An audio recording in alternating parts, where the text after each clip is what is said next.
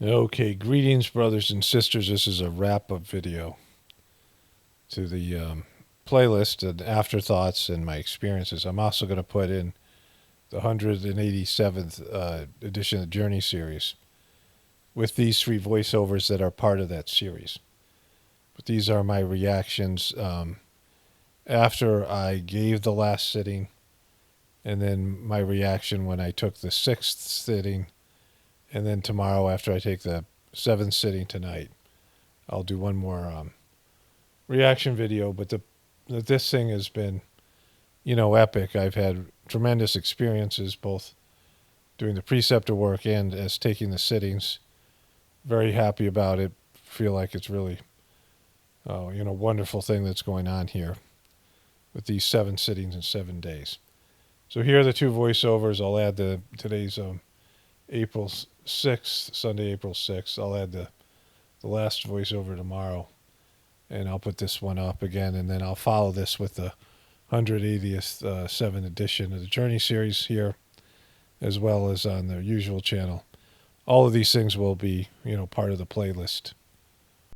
So I just completed Greetings, brothers and sisters. This will be a standalone audio for the Gratefullness meditation, and this will be the afterthoughts, at least one of the audios. I'll probably do a second one tomorrow when I've done the whole sittings myself. And so there'll be 2 audios here to go in that playlist, and then also this will go in the Journey series, and I'll put it in my next video, my next regular video.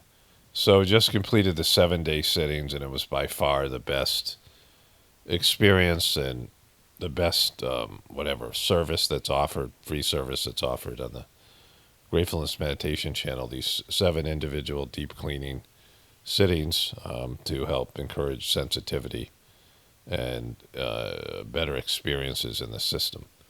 In the Sahaj Marg system, there are sittings and there are gatherings where you just don't want it to end.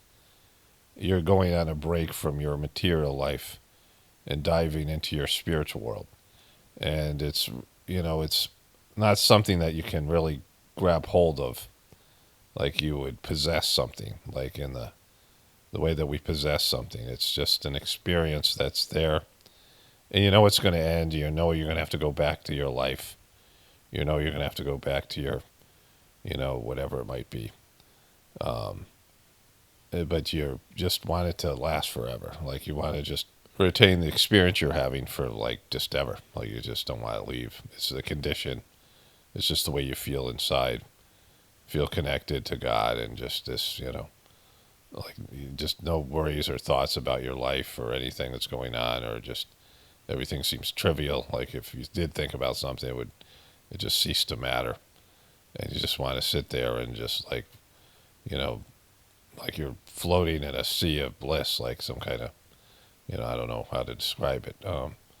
And you're just really happy, like these moments that you have where you're just really happy, and these are material moments, but you're connected to your significant other or your family, and you just have these really great moments where everybody's just feeling it, feeling the love and the energy, and just, everyone's happy and just whatever. But it's something that's deeper than that. And the 7th sitting in this was just like that, where the work is being done completely on a spiritual level, where you're, it's without any sort of visual references or things. As a preceptor doing this kind of work, there's just certain sittings that you just want to last forever. And then, I'll be experiencing the sittings as a practitioner in 2 days, 2 days behind the thing. But I'm just really glad that this thing had happened, this 7-day sittings. This is as close to a gathering as you'll get. I mean, it's been raining here, and there's been, we had this torrential rain this last night. I couldn't even bring the dogs outside. I usually bring them outside to go to the bathroom before bed, but like it was just raining from around 9 o'clock till 1 or 2. I mean, all through the night. It's the whole pasture, everything that's outside is flooded. We had a couple of days ago, we had hurricanes. Tornadoes that like touched down around the area that didn't do any damage, but there was just the prevalence of tornado warnings. I know a lot of people here were in their basements. I didn't, and just and it poured so much then, but everything was flooded. So just a lot of rain and a lot of just whatever it is. Years ago, when I took my first sittings, it rained like this, and I was in Massachusetts, where it was August, which is not something that usually happens. That kind of rain.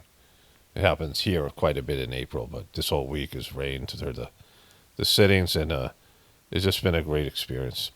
Also, an intense experience. The cleaning is really deep cleaning, and then which led to the opening up for having this deep transmission type experience where you have things cleaned out so that there's where you can dive deeper into your spiritual condition, because there's all this stuff that's been weighing you down and on a spiritual level, blocking your connection to God, and this really deep cleaning and this series of sittings, and people can come back to it and do it again, and when they need to. So it's a great thing because it exists.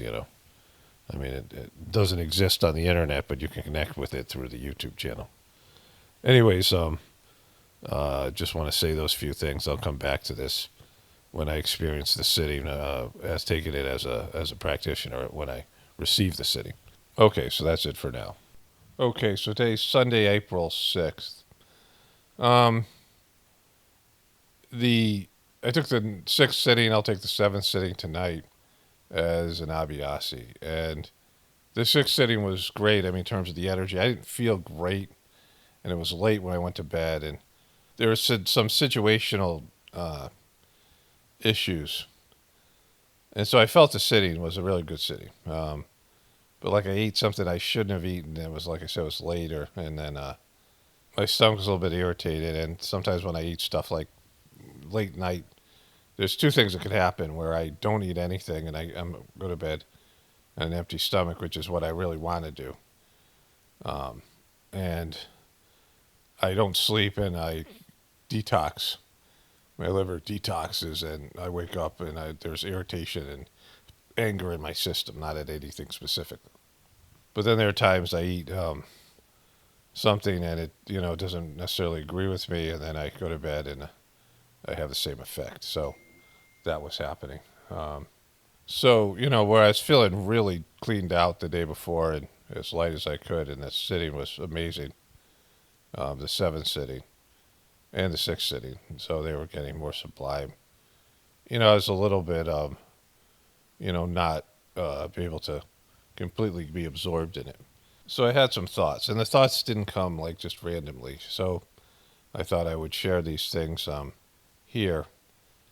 I talked about this guy, Mr. M. And let me just say, there's deep cleaning in these sittings. And when I got my preceptor sittings, especially the last one, Master Chargy, I had all these thoughts and stuff from, like, I don't know, probably past lives, and they were like, there's images and ideas and thoughts and memories and just random thoughts. Were like, it was like my mind was sped up, and I was watching. It's like they took a bunch of highlights of some things to do with my life, some things to do with random things. I thought of my mom briefly at the very end, but it was like all these things were it was like fast forwarding.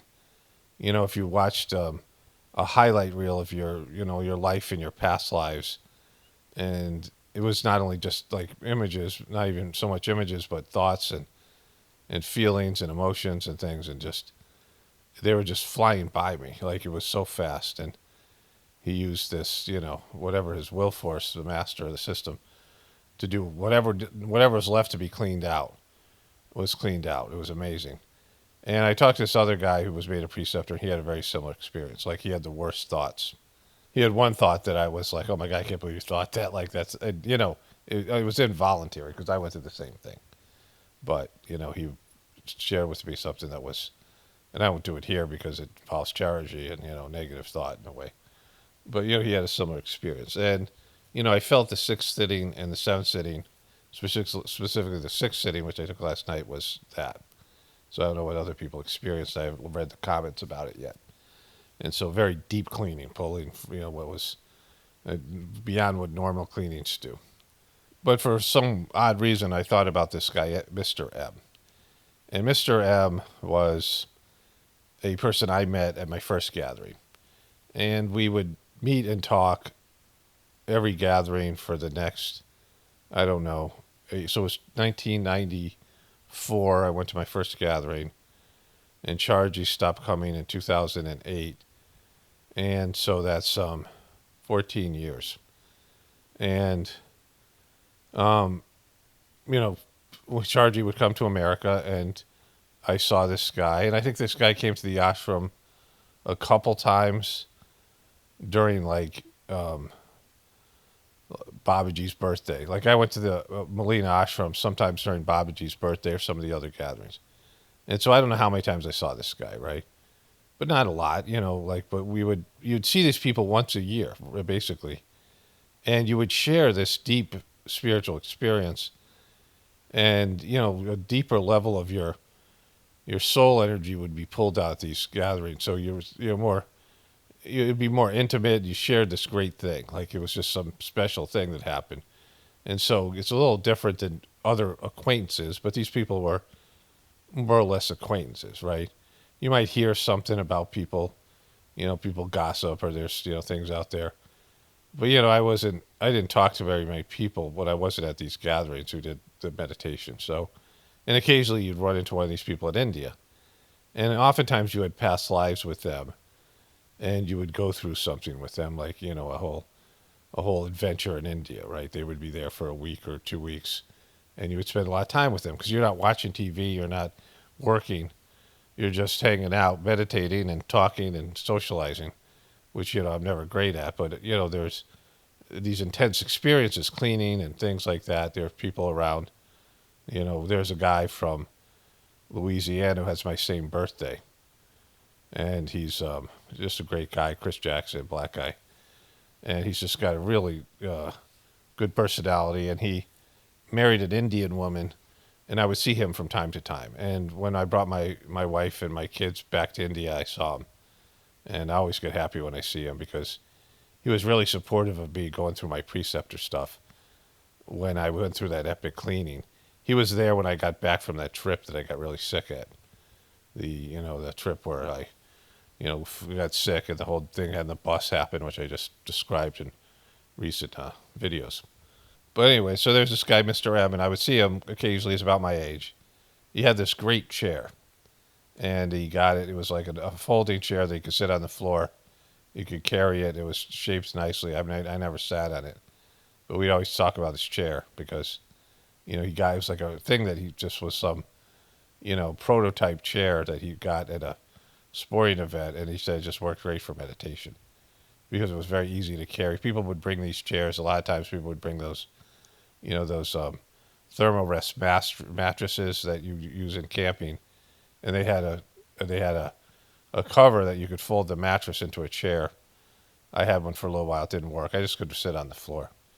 I like to sit on the floor. I just couldn't. I tried to. I worked towards it, but my legs just don't sit cross-legged because of years of sports and things. I'm just not flexible enough.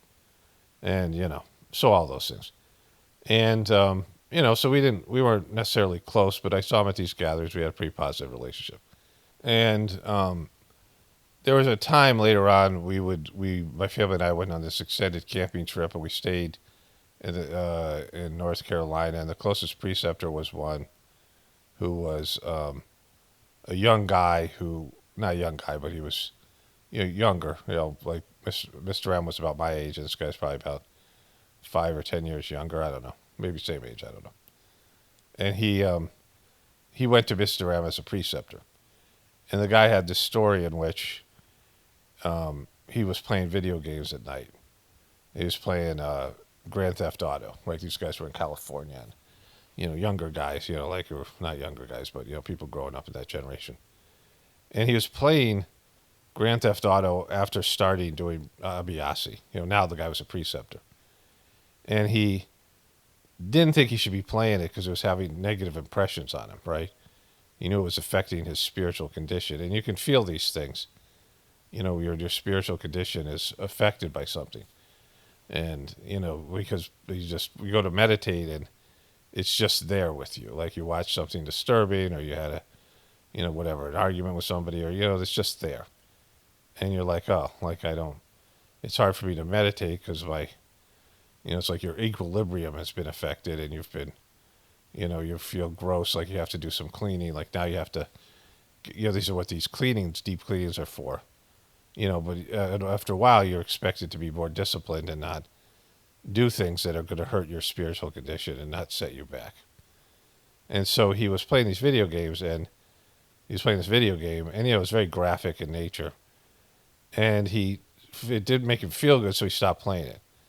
But then he got bored. He played it like late at night, and he got really nauseous, and he realized, oh, this was bad for him. And so he had a physical effect of the thing, and he knew it was. And then he got a call from this guy, Mr. M, the next day, his preceptor. He said, "What were you doing last night?" And he goes, "What do you mean?" He goes, "Well, I got this sense of you. You came to my mind. I thought of you, and he was in bed. It was like asleep or whatever. He was going to sleep, and he got a sense of it. And he got up and he threw up because he was in tune with this guy, right? Which just can happen with the preceptor Abhyasi relationship. And so when my ex heard this story, she really wanted to meet Mr. M or talk to him because she thought, oh, he must be a great preceptor. That my ex was like that. But I had known Mr. X for a number of years. Just like the local preceptors I live now, I knew long before my ex did. And, I'm not social, and, I don't know how people felt about me, right? Probably not great. Like, I'm not, I mean, whatever. But either way, I knew these people beforehand, before my ex did. And so Mr. M was listening to my videos. There's two people knowing Abhyasi, so I guess 3, 4 that have, that I know, who I had sort of relationships with, who I'd met and talked to. And again, these are people I would see once a year, or I saw a couple of times. And so that ended up listening to my videos. And everyone else, there's thousands of people, and there's hundreds of people that I know, or I have friends with Facebook, who are Abhyasis. They listen to my videos maybe in a negative way when I put I put one up on Facebook and it went around the mission. And my journey series is getting 8,000 views. It went from 3,000 to 4,000 views to 8,000 views. And so there was 5,000 to 6,000 Abhyasis watching my videos, and most of those people were pro-Daji people, and they were pissed at me, right? Some of them were calling for my execution. So that was the whole thing, right?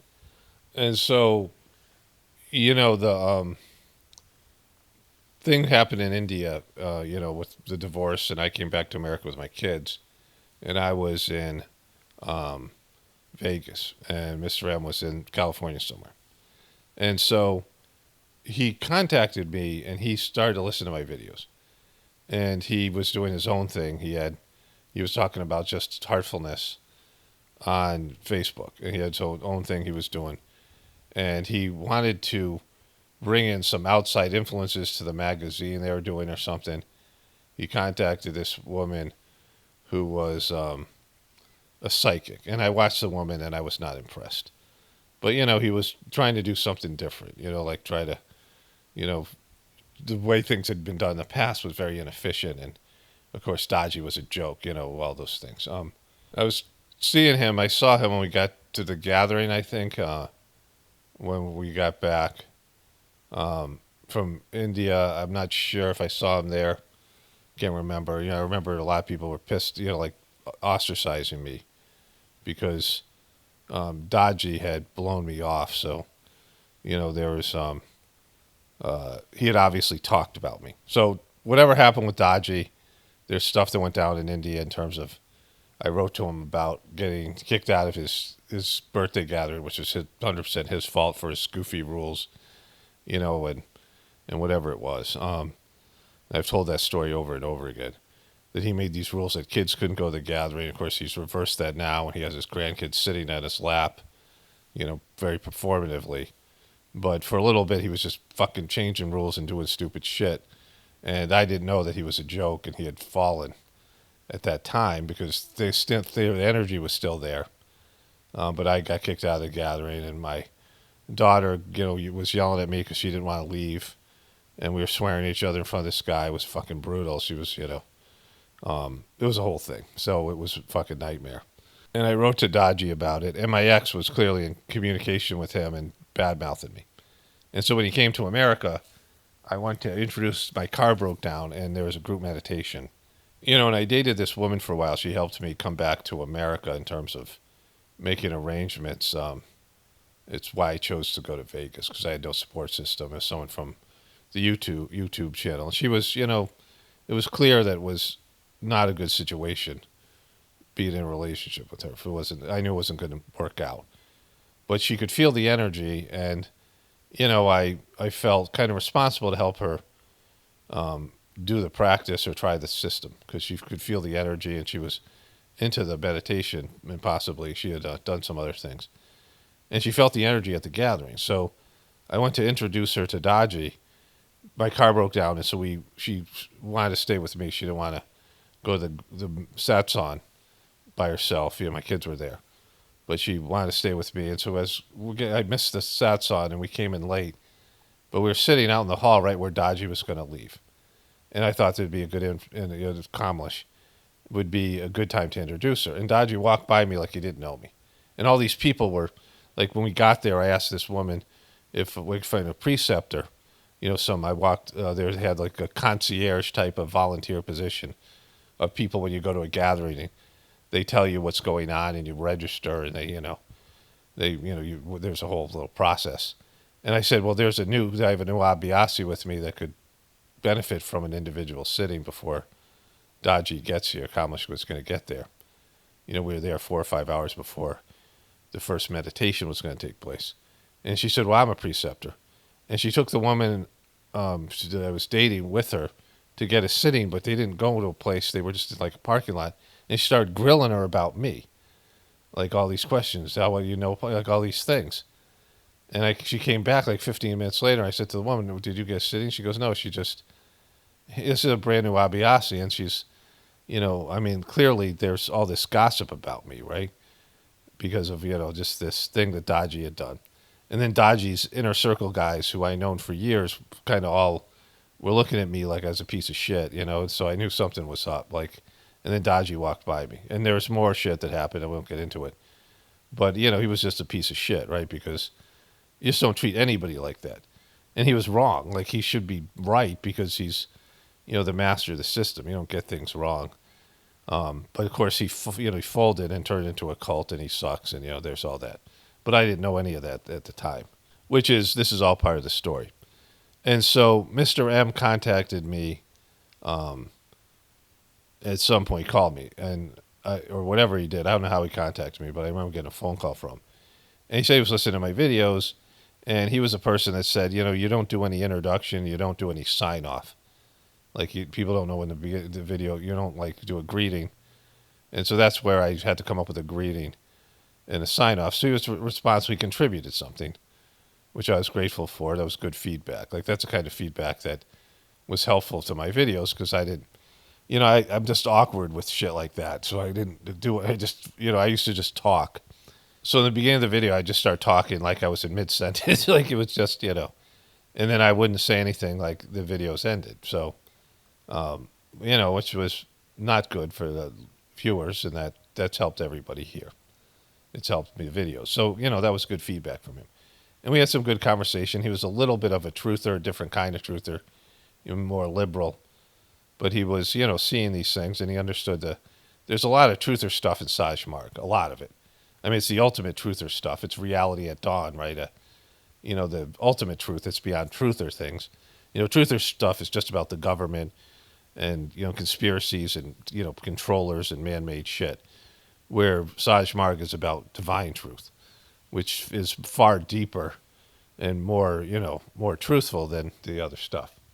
But anyways, this guy was one of the few people that could understand what I was doing in my videos, and we talked. We're a little bit closer now because of this, whatever. Both sharing something that we were kind of outsiders, and we understood things that the majority of the Abhyasis didn't understand. And my son got his first 3 sittings. We went to this Master Charji, the third Masters of the Systems gathering. July 24th is his birthday. And we went to the ashram. They had bought a bowling alley. There was a bunch of rich, mostly Indian Abhyasis who lived in Silicon Valley. And we went there to the bowling alley that had been converted into an ashram. It's pretty nice. And that was when I first saw that Daji gave a talk, and he wasn't talking about Charji, which is like, the Indian guru culture is so, embedded into their whole everything, their social system, and elders, and respecting elders. And, Master Charji, towards the end of his life, said, with Daji there, that the disciple can never exceed the master of the system. I found the exact quote. This guy, I call the Daji truther. He's the guy who really dislikes Daji and is trying to expose him for the fraud he is. And so he has this picture of Daji next to Charji. And this was from October 26th, The Universe is Love. It was a speech that Charji gave, October 2014. He would die in December 20th. So less than 2 months before his death, he said this. And he said, the guru is the guru and the disciple is always the disciple. He can never transcend his guru. This is one of the spiritual laws. So to think that you have become superior to your guru is, I wouldn't say a sin, because in Sahaj Marg we only have one sin, and that is of ingratitude. It is the first step toward your downfall. And it's clear that Daji's not grateful to Charji, which is completely fucked, right? And I can understand, like, everyone goes through anger or, your own issues you have with authority or with God. If you have past lives, I figured out I had a past life where I was very bitter towards God. I died bitter towards God, angry at God for whatever reason. And, I kind of knew the reasons. I'm not going to get into that here. It's a whole thing. But, I had a past life. And when I had that cleaned out, my spiritual life took off, my internal world. It was amazing. I talk about this intensely. But everyone has their issues with your, parent issues, dad issues, whatever it is, God issues. And the guru becomes a catch-all for those things, right? Your own resistance, your own ego's resistance with your, things that you're supposed to do and, things that you don't want to do. And and this gets taken out on the guru. Like kids get mad at their parents when they're adolescents. It's this kind of thing, right? But Daji somehow thought he was better than Charji, which he has clearly said in so many different ways in his speeches. And he's tried to rob Charji of his legacy. Charji had the most written material, the most content that was very helpful for all of us. Books and talks. Charji gave so many talks, epic talks, that were published in books and put on DVD. And they existed on the web. And Daji's scrubbed pretty much all of them. The books, they're not reprinting any of the books. They're not. There's one book that Charji wrote about Babaji called My Master. But, Daji was disrespecting him. And I didn't see it at first until 2017. And I said to I was at this gathering and it's Charji's birthday. And he's not talking about Charji at all. And he used to, when Charji was alive, Charji this, Charji that, master this, master that. And at first he continued that. But now he was singing a different tune. And all the other masters, Charji had said in one of these talks that he never thought of himself as the master. Which is, you can't think I am the master. That's an ego thought, right? There's no I am. The people think you're the master and they pull the master out of you. And the master is, in the case of Sahaj Marg, the previous master who's merged with his disciple. His spiritual essence is merged in his disciple. And without that, you're fucked. Like you can't be a master because, you have to have oversight. You have to have a divine essence that is, you have to have these divine beings, and one specific divine being that is overseeing you need that kind of level of where there's some upward, where you're looking up and you have something to obtain, right? Something for somebody to guide you, and these things. Even on an etheric level, even after Master's dead, his essence is there guiding you, and that's kind of the beauty of Sahaj Marg's system. You're never thinking of yourself as, oh, I'm the guy, I'm that dude. You're just never any of that. You can't be that, right? And so it was clear that Daji was ungrateful, and he had thought he had surpassed Charji. And it took me a while to fully understand this, right? But this was evident at that gathering. But this guy, Mr. M, had arranged for my son to get my youngest son, who had now turned, I think, 17 or 16. There's a woman who we met, an American woman, who I never really spoke to before, but she was really nice, good person. And she had a good relationship with my son. Like she had an older, her son was now in his 20s. Like she had been a part of these younger people who had been from Mobile, Alabama, Alabama, where this guy Clark Powell had a bunch of Abiasis that were college kids that started. And they were kind of hippie-ish, they were whatever they were. A lot of them quit. But she was a preceptor, and she lived kind of near us, not too far. She was on the West Coast. And I had asked her if she would give my son his first 3 sittings. I was trying to help him get started. And things got weird, whatever. She ended up not going. And she was going to go to this gathering, but she couldn't go. And so there's this other guy who was a great preceptor who gave me a sitting at the airport. He showed at the airport at midnight in L.A., and he gave me a sitting when I was on my way to India in 1995, I believe, 94, whatever it was, 95, I guess. Was on my way to, it was 95. And so when I was on my way to India for the first time. And so amazing, like just dedicated person. This guy, Mr. M, this guy, he was Mr. M's preceptor. Mr. M arranged, contact, because I didn't have this guy's information, and to give my son his first 3 sittings. And so, so these are the things that were there, right? And so Mr. M called me out of the blue. Like at that point, I don't think he had let me know that he was listening to my channel. But he called me out of the blue and said, these things, maybe a year later, that next year. And we talked on and off, probably once every month, once every 2 months. And he was one of the few people that I was in contact with that did the meditation. And the few people that I was in contact with that either faded away for one reason or another, right? Partly because, I was being ostracized, and I was, there's these people that just, in the mission, they're like shitbags. Like they're written in some of the diaries and Chargie's diaries. They're people that, fell in one way or another, like people who turned on the system or, whatever. There are a few people who had blogs, and they, just these people who are just persona non gratas. And one day I realized, oh, I'm one of those people now. Like, and nothing that I had done would justify it, but, my ex basically besmirching me and making up shit or exaggerating things or, not giving the full story and all these things. And, just me being the way there's a time where I saw a picture of me and my ex together, and I'd already known this from other experiences, and I knew there's no way that they were going to think that, take my side of the thing. Like she was manipulative, and she was much more social, and she was great at playing the victim.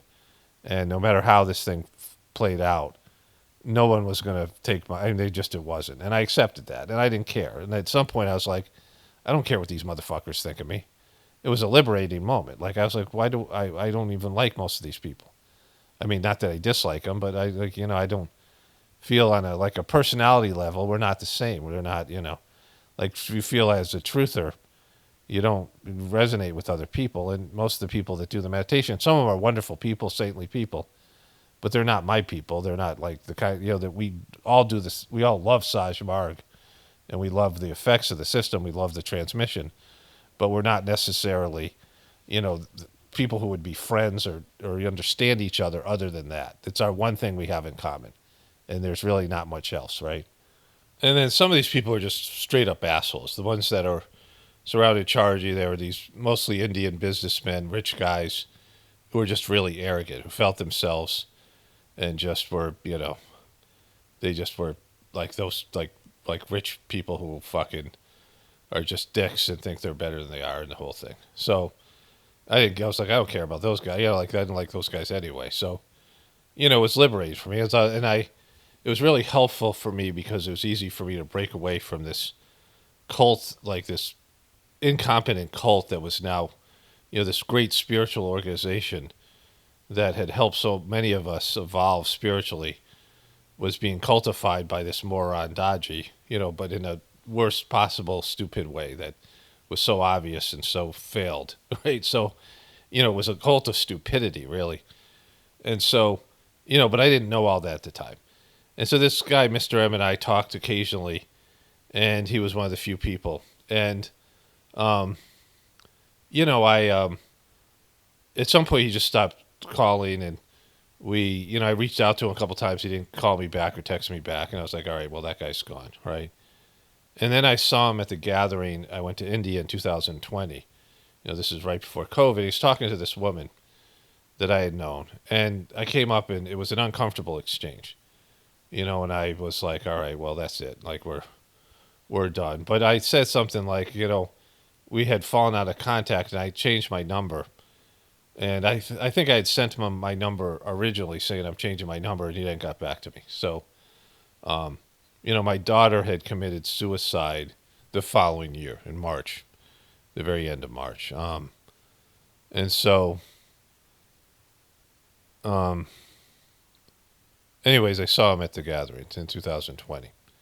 And then I Facebook messaged him my info, and he never got back to me.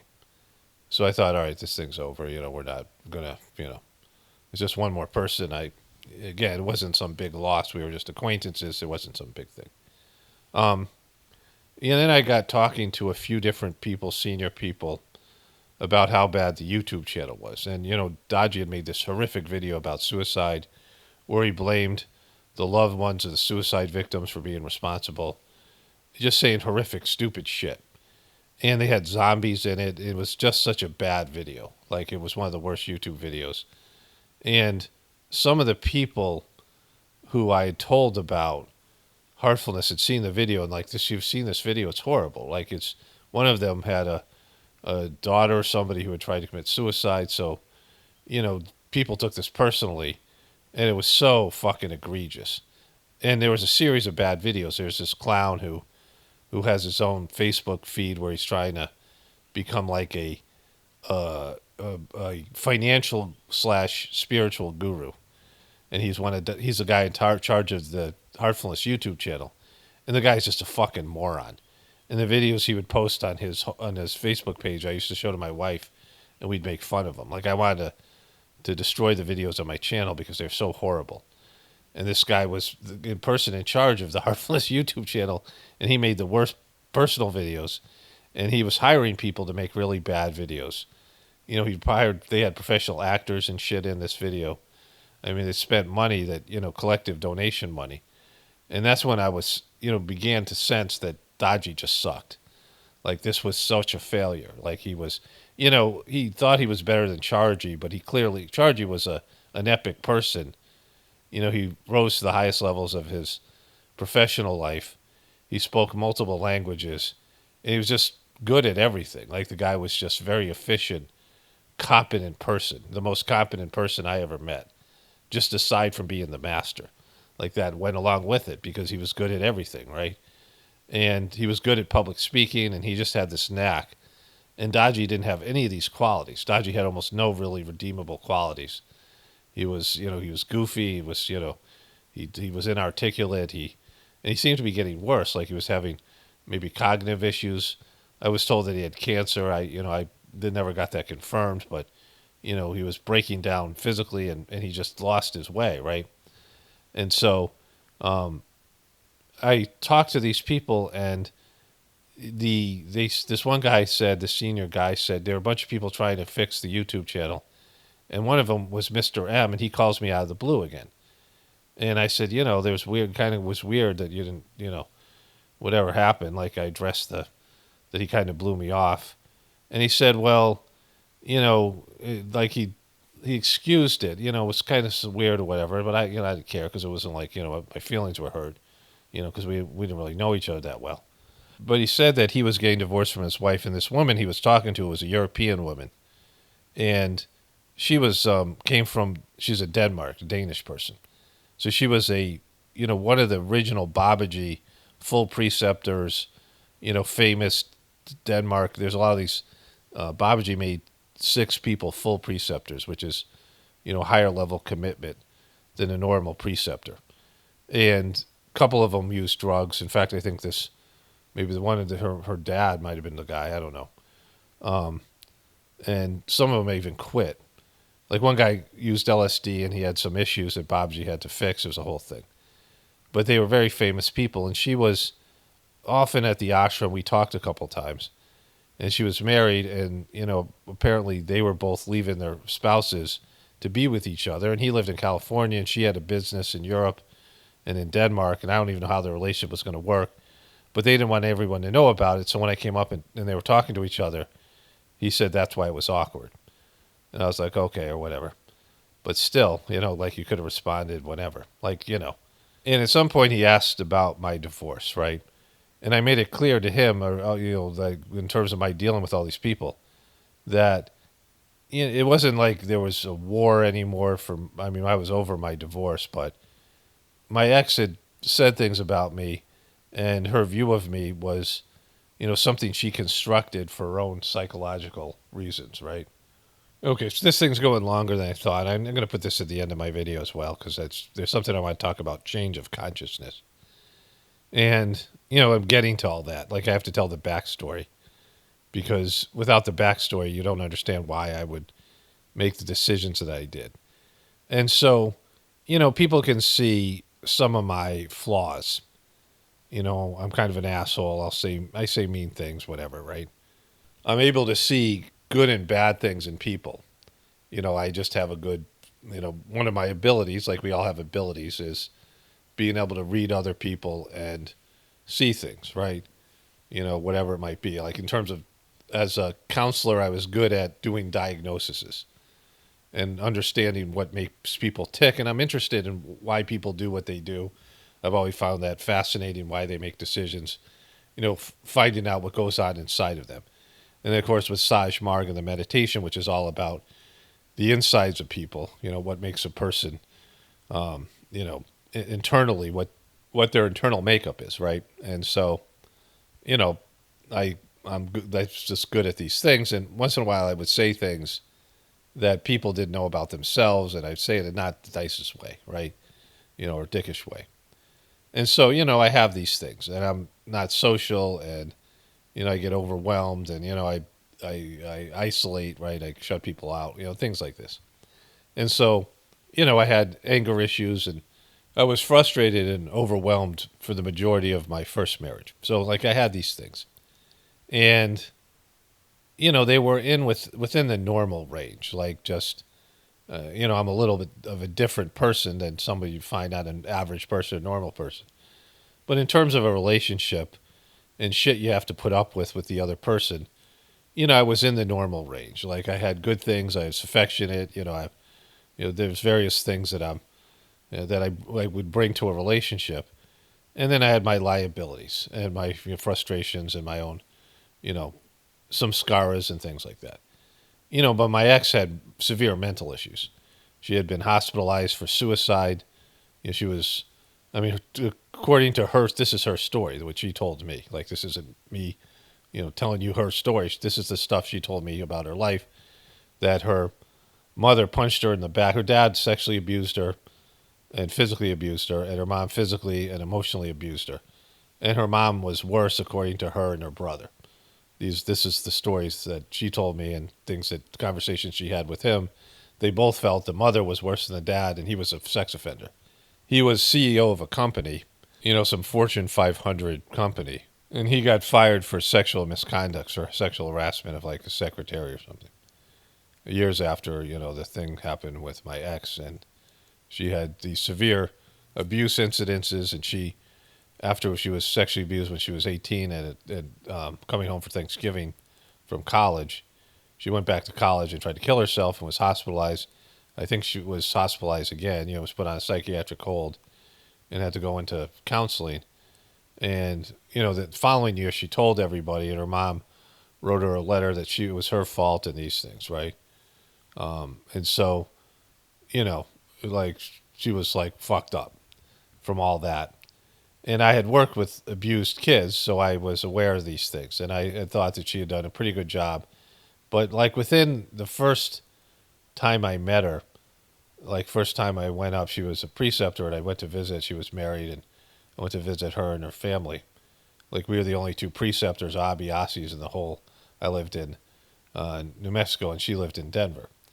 And she told me she was sexually abused, I think in a phone conversation before we even met.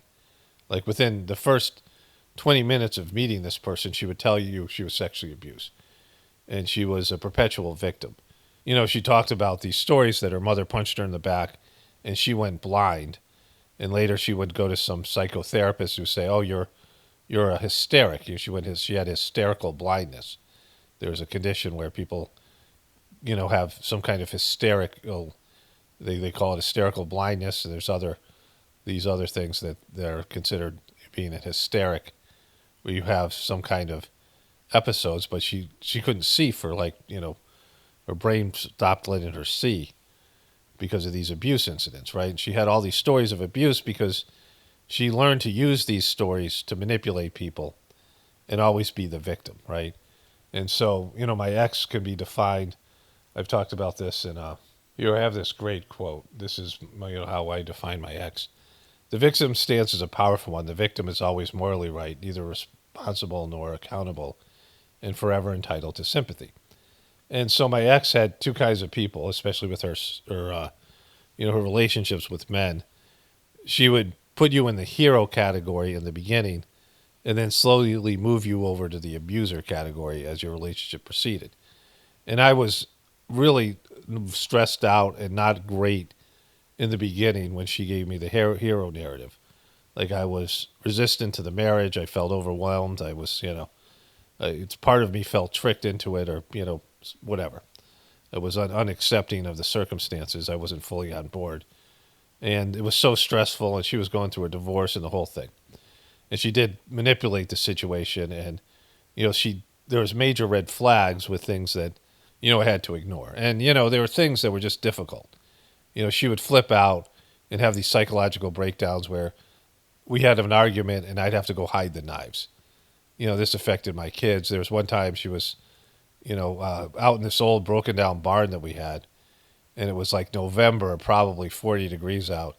And she had taken off her shirt and she was holding a knife to her chest and rocking back and forth like she was, when I went up there. And I don't know if she was, like some of it seemed performative. She would age regress or have these alternative personalities show up, like multiple personalities and shit like that. And she would, threaten to commit suicide or say she wanted to commit suicide and blame it on me, right? And say, you make me feel like I want to kill myself, things like that, right? So, and I'm not saying I'm a victim. I'm just saying it sucked. And when you have to deal with somebody like this, unless you deal with somebody like this, you don't know what it is. And it was constant. And these, totally unstable. You never knew what was going to set the person off. And, you're walking on eggshells, literally. Multiple psychological issues and just never taking full responsibility. And as Abiasis, everything comes from God. Everything that happens in your life is a result of things that you did in the past. So even the worst type of situations are explained away by some skaras and things that your soul signed off on because your soul, your life is sort of mapped out. But not sort of, your life is mapped out before you come down here. And you have these events that are going to unfold and they're for your spiritual benefit. And they're results of things from your past, right? Past lives and whatever else, right? Whatever your past existence was. And so there's reasons for everything. And that if you want to blame anybody, blame God. But she was, loved being a victim and loved using these, the victim consciousness. Did I read the? I don't think I read the thing. So here's what it says: the victim stance is a powerful one. The victim is always morally right, neither responsible nor accountable or forever entitled to sympathy. I think I did read it. But just that defined my ex. Like I read that, I'm like, yeah, that was what it was like living with her, and it was horrible. And when she moved me to the villain category or the abuser category, she started to make things up about me that I knew weren't true. But, I couldn't confront her on those things because they would result in, some kind of a fight. Like her vision of her reality of what was going on, my reality were completely different. And, I had to absorb a lot of shit. Like when she was rocking back and forth with a knife pointed to her chest, I felt like I hated her. Like before that, like we had these bad fights, and I felt like most of them were, 90% her fault, especially near the end where I just gave up. Like I didn't, complain. I didn't even say things because they would result in these fights that always ended up, sometimes the things would go on for weeks. And, she would get psychologically stabilized, and everything would stop. She was supposed to be homeschooling the kids. I mean, she would just have these mental breakdowns anyway, sometimes nothing to do with me. And so I stopped feeding into them. I did my best not to contribute. And she would still go off and just, she'd get like triggered in some way, and she'd find a way to try to provoke a fight. And I would resist. I could see it coming, and she would just be saying things and doing things all the time to try to provoke me, right? And this was, we went on for years, so it was hell. And, I would have to, at some point, I would have to apologize when I knew it was mostly her fault. And I hated doing that. Like, I don't care about now, but like it was not only just lying, but I just felt like I had to absorb and pretend I believed in her twisted reality. And, I had to like endorse her view of things, or she would continuously spiral. Like I had to say, oh, basically you're right. I'm a piece of shit. It was like, and, it sucked doing that. Like, and when I, was liberated from this relationship, I said I was never going to deal with that shit again, right? I have real issues, real things that people could say about me. But when people make shit up, that's why in some of these comments I respond to them. When people make shit up that's not true, yeah, I reject it. I have to reject it, right? Just because, it's something that they want me to be or they need me to be. She needed me to be this for her psychological well-being because she couldn't confront what a fucking nightmare she was for all of us involved, right? And so I made this rule that anybody who listened to her view of me and, I wasn't going to have a relationship with. Anybody who was in her camp, and this wasn't like because I felt like some kind of war. I just didn't want, people can believe what they want about me, and they can say what they want about me. I don't give a shit. Just don't say it to me. Like, just fucking don't, try to stick that shit on me. I'm not playing that role for you. I'm not being that whatever you need me to be in that situation because you suck, right?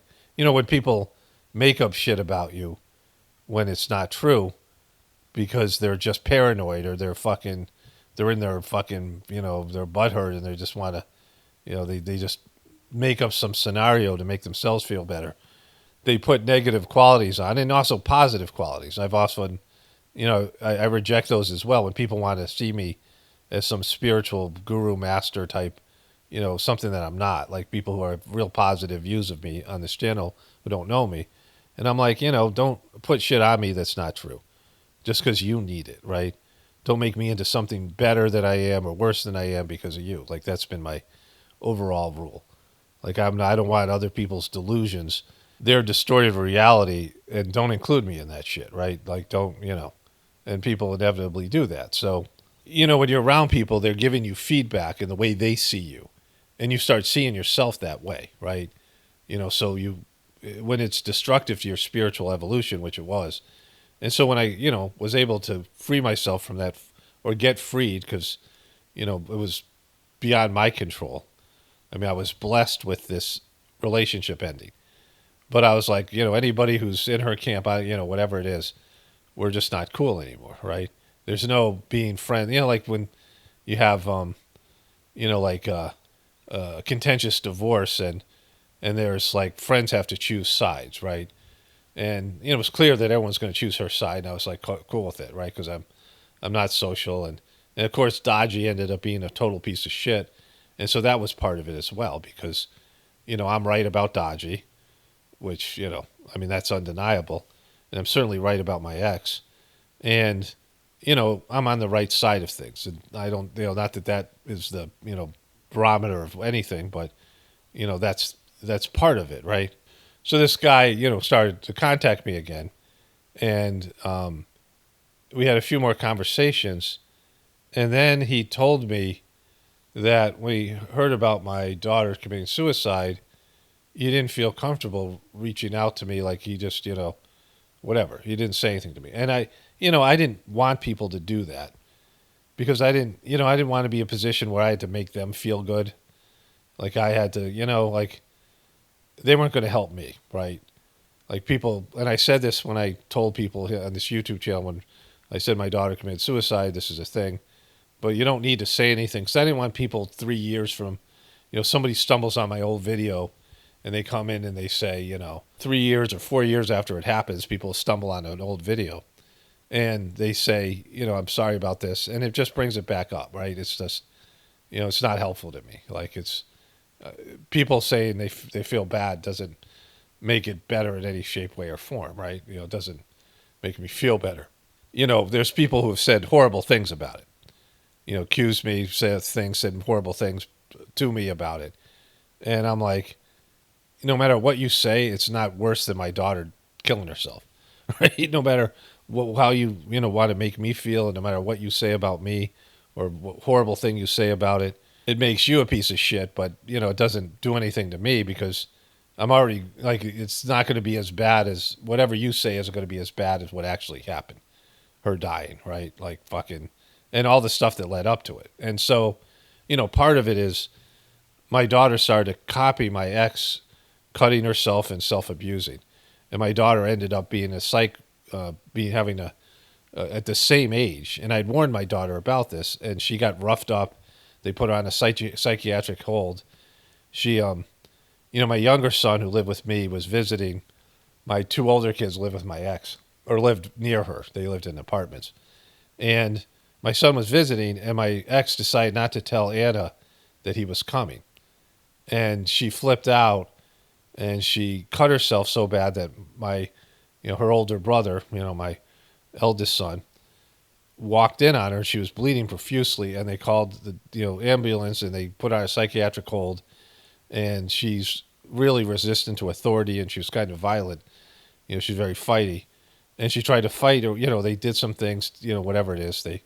They try to control her and she's not, and I told her this, I warned her about this. I'm like, if this keeps on going, I'm going to have to call the authorities when she was cutting herself. Like this is bad and it'll be bad for the family. It'll be a whole fucking thing, right? And so she didn't listen to me, of course. She doesn't because she was, very obstinate. But they roughed her up and she was traumatized. My younger son later talked to her about it. Like that was one of the things that led to her suicide was her being locked up and put on a psychiatric hold and then, and then she didn't make things worse. So they extended it. She was in there for a while and I knew that would happen. Like I knew her personality and I knew those things, but you just can't prevent these things, right? You can talk to people about it, but they're just going to do their thing. And so, but she was on a psychiatric hold for self-abuse, just like my ex, almost at the same time in their lives. She copied her behaviors. She copied her, self-abusive behaviors and many of her other behaviors, which was, a real fucking bummer, right, on every level. Because I was hoping to protect my kids from these psychological breakdowns my ex would have. And, it messed up our whole fucking family and the whole thing. And it just drained the shit out of me. So, I was done with it. When I was free of it, I'm like, I don't want to hear any of these bullshit things that I had to live with for years. And any relationship I have, when people start making shit up about me or trying to make me into something I'm not, I'm like, well, that relationship's like immediately over. And anybody in her camp or anybody who was listening to her, I just didn't want that reflected back to me. And I just, I've made it my policy. I'm just, I'm worn out by all that stuff, like all that drama stuff and all that, I just, either you get it or you don't, right? Like if you're somebody who would want to have a relationship with me in some capacity, that I will communicate, exactly what I think or feel about something. I'm not lying about anything. I'm not hiding anything. I'm not trying to manipulate the situation. And, don't make shit up. Don't think, don't imagine shit that's not there, right? Don't put things in that don't exist, good, bad, or different. Just, like, as I'm as aware of as I could be. There might be some things that I'm not aware of, but usually I am. Like the good, the bad, and the ugly that go on inside my eternal existence. I meditate, I reflect. I'm introverted. And so I know what goes on. I know what my thinking process is. And, I'm not ashamed or congratulatory. I'm not patting myself on the back or beating myself up. I recognize that I am, what I am as a person, and it's okay. I'm not great. I'm not horrible. I'm doing the best I can on my spiritual path and doing all I can do. And it could be more, it could be less, right? But it's all I can do at this particular time. I'm doing my best. And so don't exaggerate how good I am because you need that to be that way. And don't demonize me for shit that's inside you that has nothing to do with me or who I am, right? Those are the things they're just, basic fucking boundaries.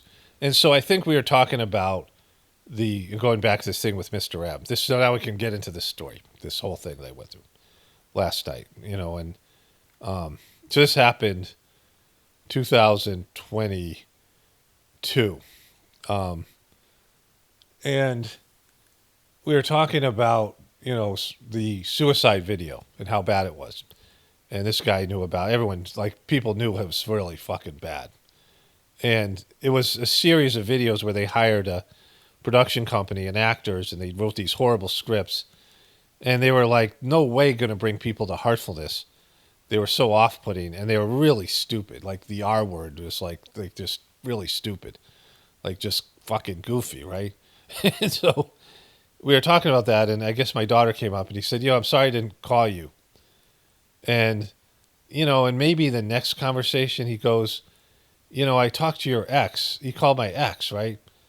And, my ex, I'm sure, milked this thing with my daughter as much as she could for her own sympathy. And she, the fact that she modeled self-abuse, like one of the big things that happened was in India, there was a woman who was learning homeschooling from my ex, and we had a relationship with their family. I would liked her husband. We talked, fairly frequently. We'd see each other at the ashram.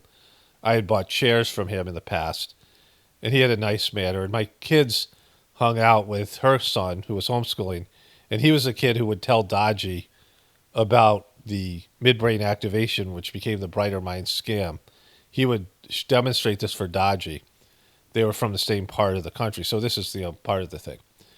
And I knew the woman thought pretty highly of my ex.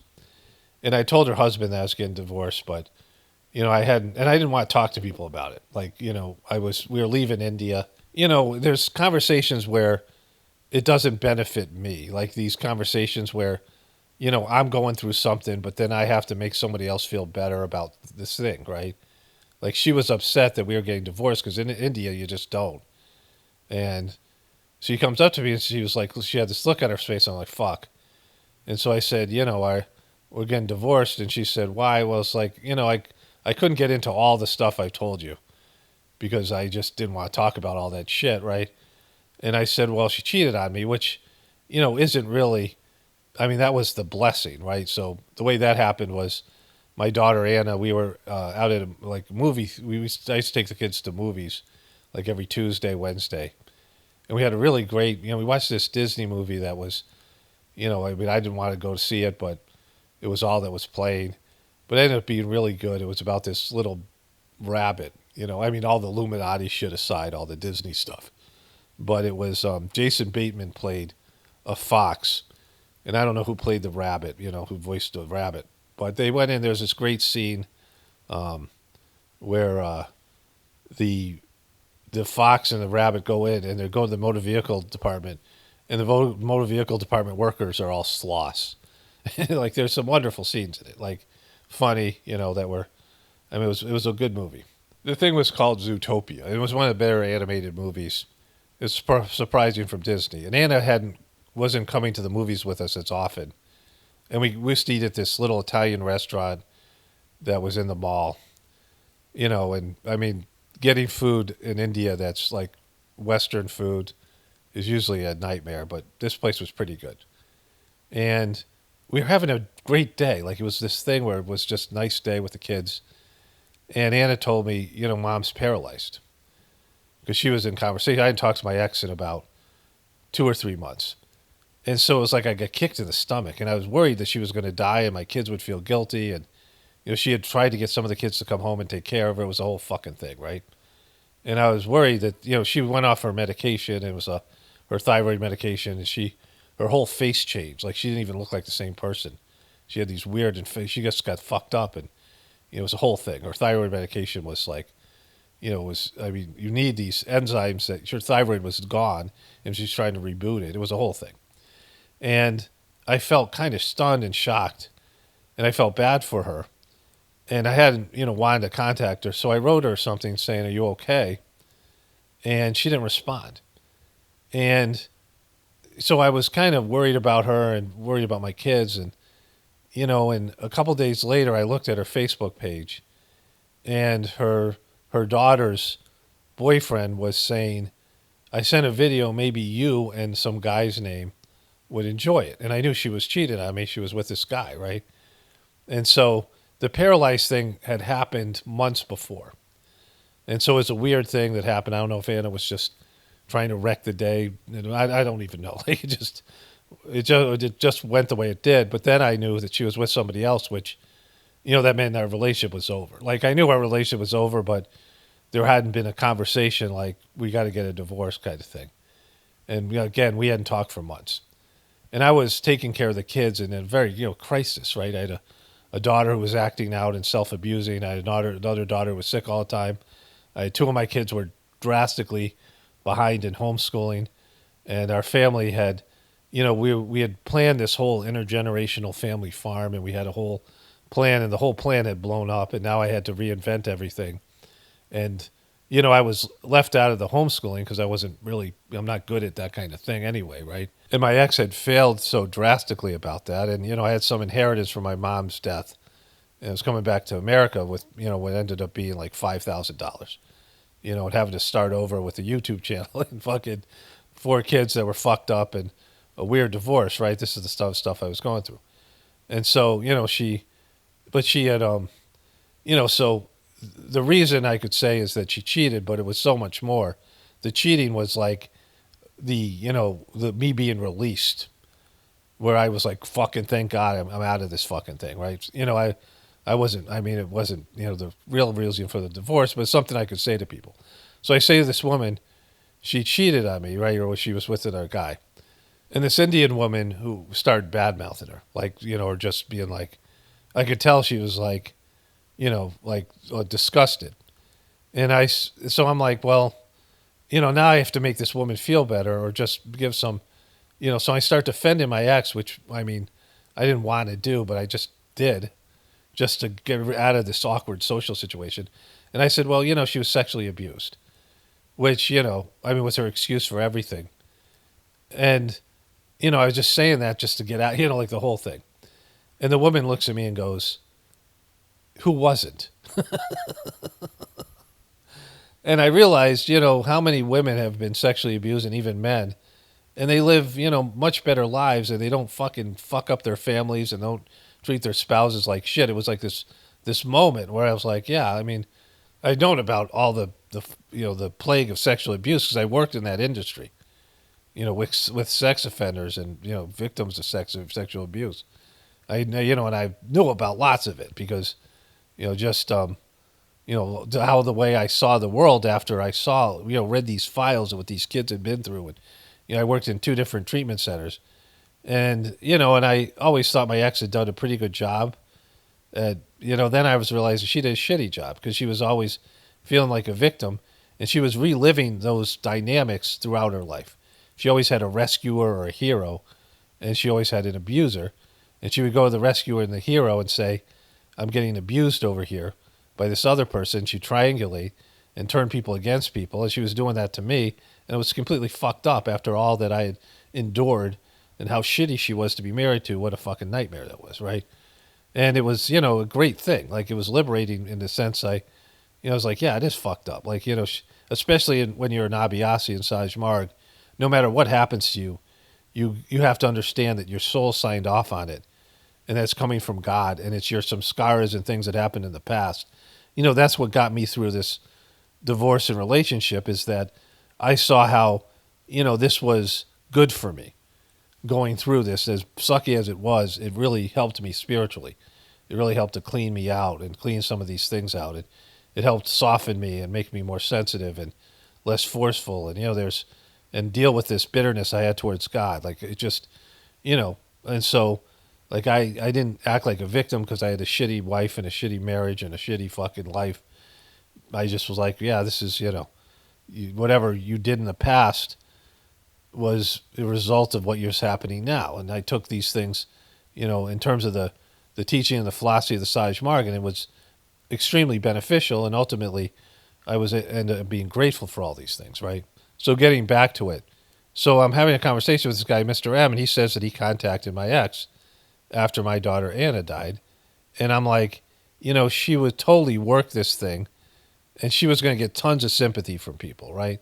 And I didn't want sympathy. I didn't even want these interactions. But it was fucked up that this guy, he had heard my story. Like, he was one of the few people that I told my side of the story to. And during that period of time, I had reached out to him a few different times, and he just blew me off. But he was having conversations with my ex the same time he was having conversations with me, and I kind of made it clear to him, and, when I talked about this in the videos, that wasn't, you choose one side or the other, I don't care, but just, you can't do it both ways.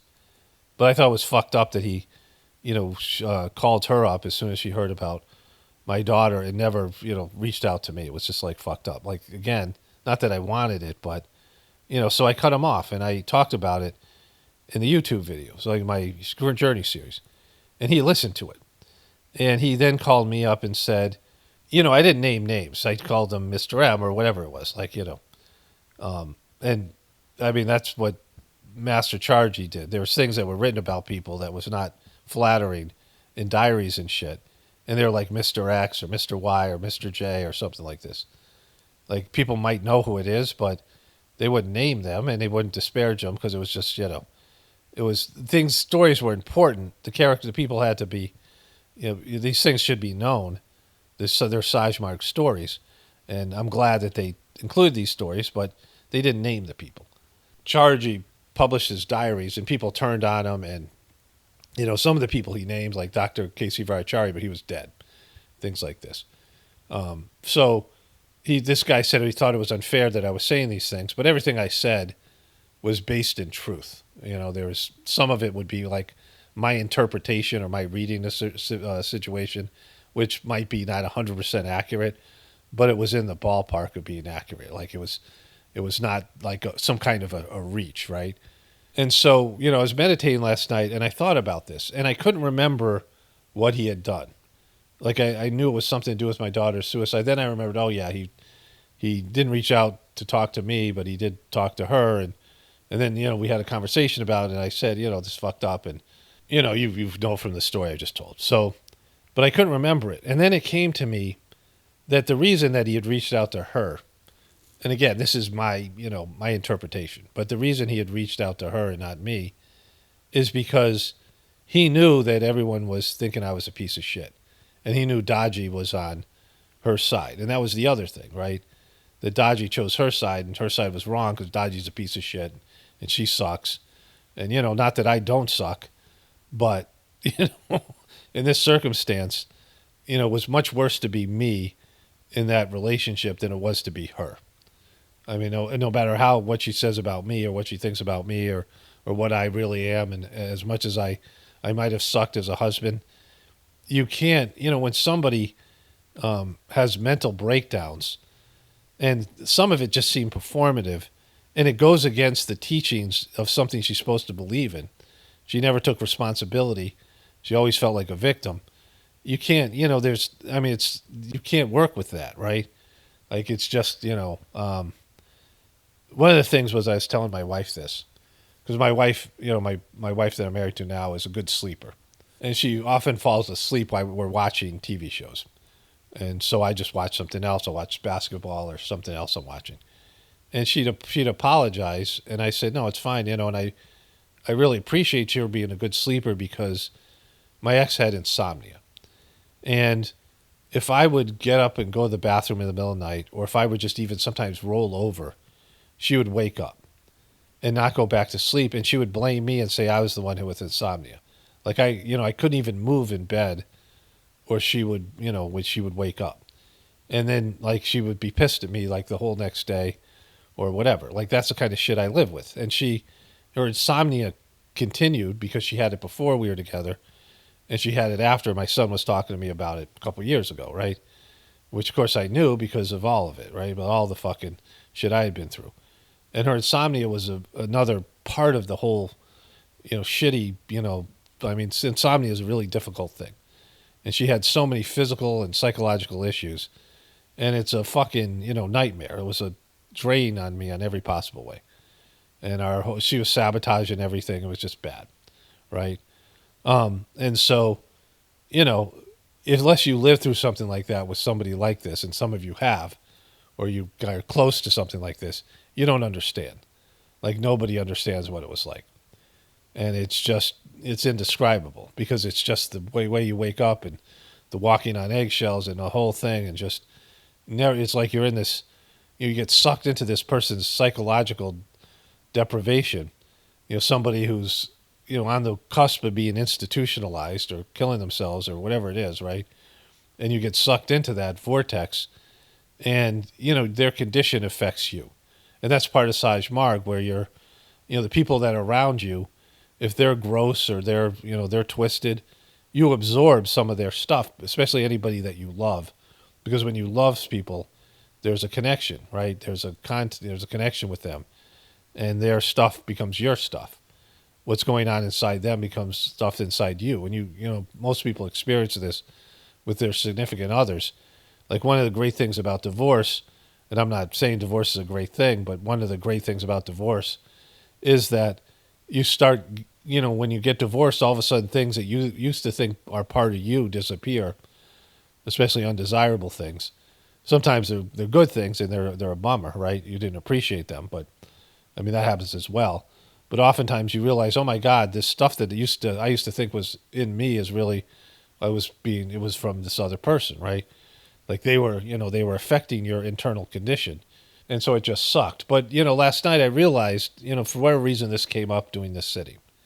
And I realized, again, I don't feel anything about it. Like I couldn't even remember the details. It's not something I think about. I'm not holding on to some emotion about it. But I realized that this guy, at least in terms of my understanding, and this is the idea that came to me, the reason he chose her side in a sense was because Dodgy and all these other fucking pieces of shit in the mission who got it wrong, not about me, about Dodgy and the rest of it, were saying that I was a piece of shit, right?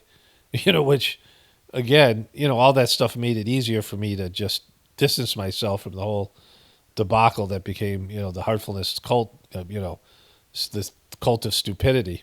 Anyways, I want to wrap this up, but there's something I want to talk about, the change in consciousness, right? So this all came from that. So this is the whole purpose of the video. I went for a walk. It's flooded in our pasture. And I was meditating this morning. My wife was up earlier. She brought the dogs outside. And Tulsi killed a squirrel. And my wife was yelling, no. I was worried a coyote was out there, so I jumped up and, kind of fucked up my meditation, the whole thing. And, there was 2 squirrels, and Tulsi killed one of them. And they chase squirrels all the time, and they don't even come close, right?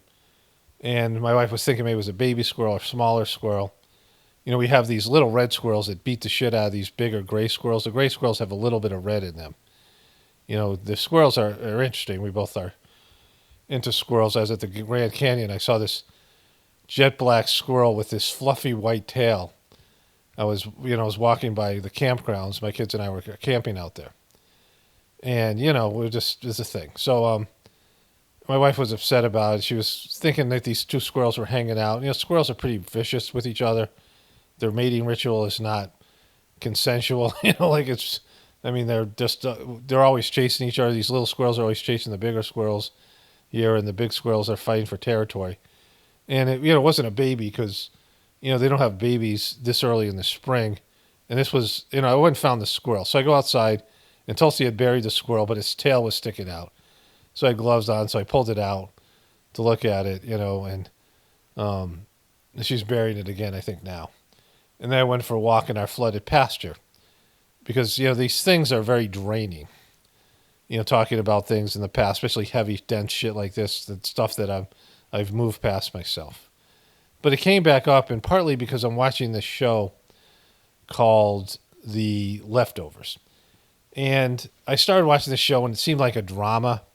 I don't like dramatic shows. And again, I have these shows I watch when my wife sleeps, when we're watching something together. So I'm either watching, like I said, sports or something. And I started watching the show The Leftovers, and the first episode I almost didn't make it through. But it kind of got better, and I'm not sure how I feel about this show. I'm about 7 or 8 episodes into it. And it's about how there was a Revelations like event. I forget what they call the specific part of the Revelations, where all these good souls ascend to heaven. So the show starts off, there's a woman, and she's with her toddler. And she puts the toddler into a car seat. She's in a grocery store. And, it's a kind of a newborn baby. It's like a year-old baby. And she turns around, she gets in the car, and it's gone. And she freaks out, and she's running around looking for it. And there's a kid outside looking for his dad. And then a couple of cars collide, which comes back into the show later on, which is kind of neat the way they did it. Because the person who was driving is gone, right? And so all these people disappear. It's like, a small percentage of the population, but it's millions. And most people have somebody who just disappeared, and everything's fucked up afterwards. Like, people are fucked up. But these people, in the biblical book of Revelations, it's supposed to be the good people leave. There's a trumpet that blows, and the good people go to heaven. I was well aware, because I read the book of Revelations a couple of times when I was a kid, because I was into it. And, and it comes up from time to time, the end days things. And all the people who are left here are left in this hellscape, and everything sucks, right? And so, it's kind of interesting because the people themselves who got beamed up to heaven, or whatever happened to them, again, disappear. And that doesn't happen. Physical bodies just don't disappear, right? That's, your soul would leave and your body would just drop. Like, that's the way God does it. That's God's system. You leave your body, your soul leaves your body. But, these whole bodies disappear. Anyway, a lot of these people were scumbags. They were horrible people. And they weren't like, the better people. And there's a reverend going around trying to convince people of that. And people are always beating the shit out of him because he's talking shit about their loved ones, right, who have disappeared. And so, there's kind of good things about the show. But the one thing I want to talk about here is there's a number of people whose consciousness changed, and they knew this was coming. And after it happened, they know things that other people don't know, and they're considered crazy. There's all these people. There's a sheriff who's the main character, and his dad went crazy, and he's having these issues, like he's going over to the side of things, but his dad was a former sheriff, and he went crazy. And then there's these other people, other characters in the show, who knew it was coming, who sensed it, and they kind of know a little bit more of what's going on. Like, they don't know why it happened or where the people went, but they understand that this is, there's something else going on here. And they talk a lot about being, like, woken up. And, I want to talk about that because that came up. I was thinking about this, it came up with this story I just told you. And when I realized that this guy was influenced by peer pressure by other people shitting on me, that's the reason he chose my ex over, whatever. Like somebody who's in a similar situation with him, who sees that there's fucked up things going on with the Heartfulness organization. But all these people, and I know a number of them, like the guy who came to me was a doctor who got ostracized for doing real science when he exposed Dodgy's bullshit Brighter Minds scam thing. Those of you who don't know about it, Dodgy has done a lot of scams. He's got involved with shady people. His son was, there's this indictment from the SEC, the Securities and Exchange Commission, for, him defrauding investors of $180 million and absconding with the money to India. There's this, this document out there about Dodgy's son, like just a bunch of bullshit, scummy things, right? And the evidence is overwhelming. And I realized, I was out there, I made a couple of videos exposing all this shit. And none of these people reached out to me or, talked to me or, did anything. One guy did. But other than that, the rest of them, they know what's going on. And so I took all the videos down. I got some copyright strikes from Heartfulness. And I was like, these motherfuckers know as much as I do or should.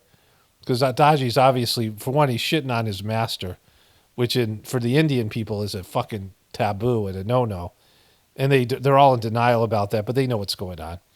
There's one guy who did reach out to me, said that he talked to one preceptor. He said a bunch of people are meditating on the former master Charji's form because they know that the fucked up things are happening, but they won't quit it. They won't address it.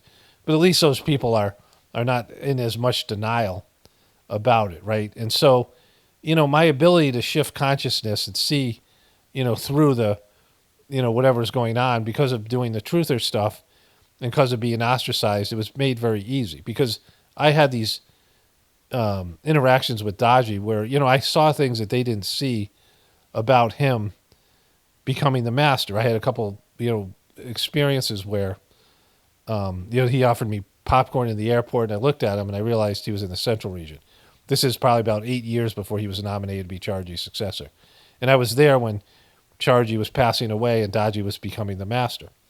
Kamlesh was, right? So I saw that he was given the legitimate spiritual work and had the capacity to do this job. But he just fucked it, right? But then I was able to see on the other side how bad the fucking job he's done and how ingratitude and breaking the connection with his former, master who had done so much for him and all the other things that went with it, he fucked the whole thing up, right? And whatever went on inside of him, and I kind of understand some of it, it didn't, it was an epic failure, right? And all these people, who may be better at this than I am or nicer people or whatever way that you could describe them as being better than me, they failed this test. Whatever it is, you call it a test or whatever, because they should be able to see what I see. But they refuse to see it. They're just not strong enough, right? And so whatever flaws I have or whatever things that I have going on, to me, they disgust me in the sense that, I understand denial, but we all are disgusted by sheeple.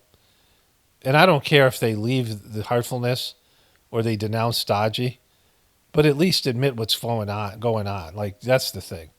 Admit that he's shitting on Charji and he's doing things that are unspiritual and criminal, and the energy isn't the same.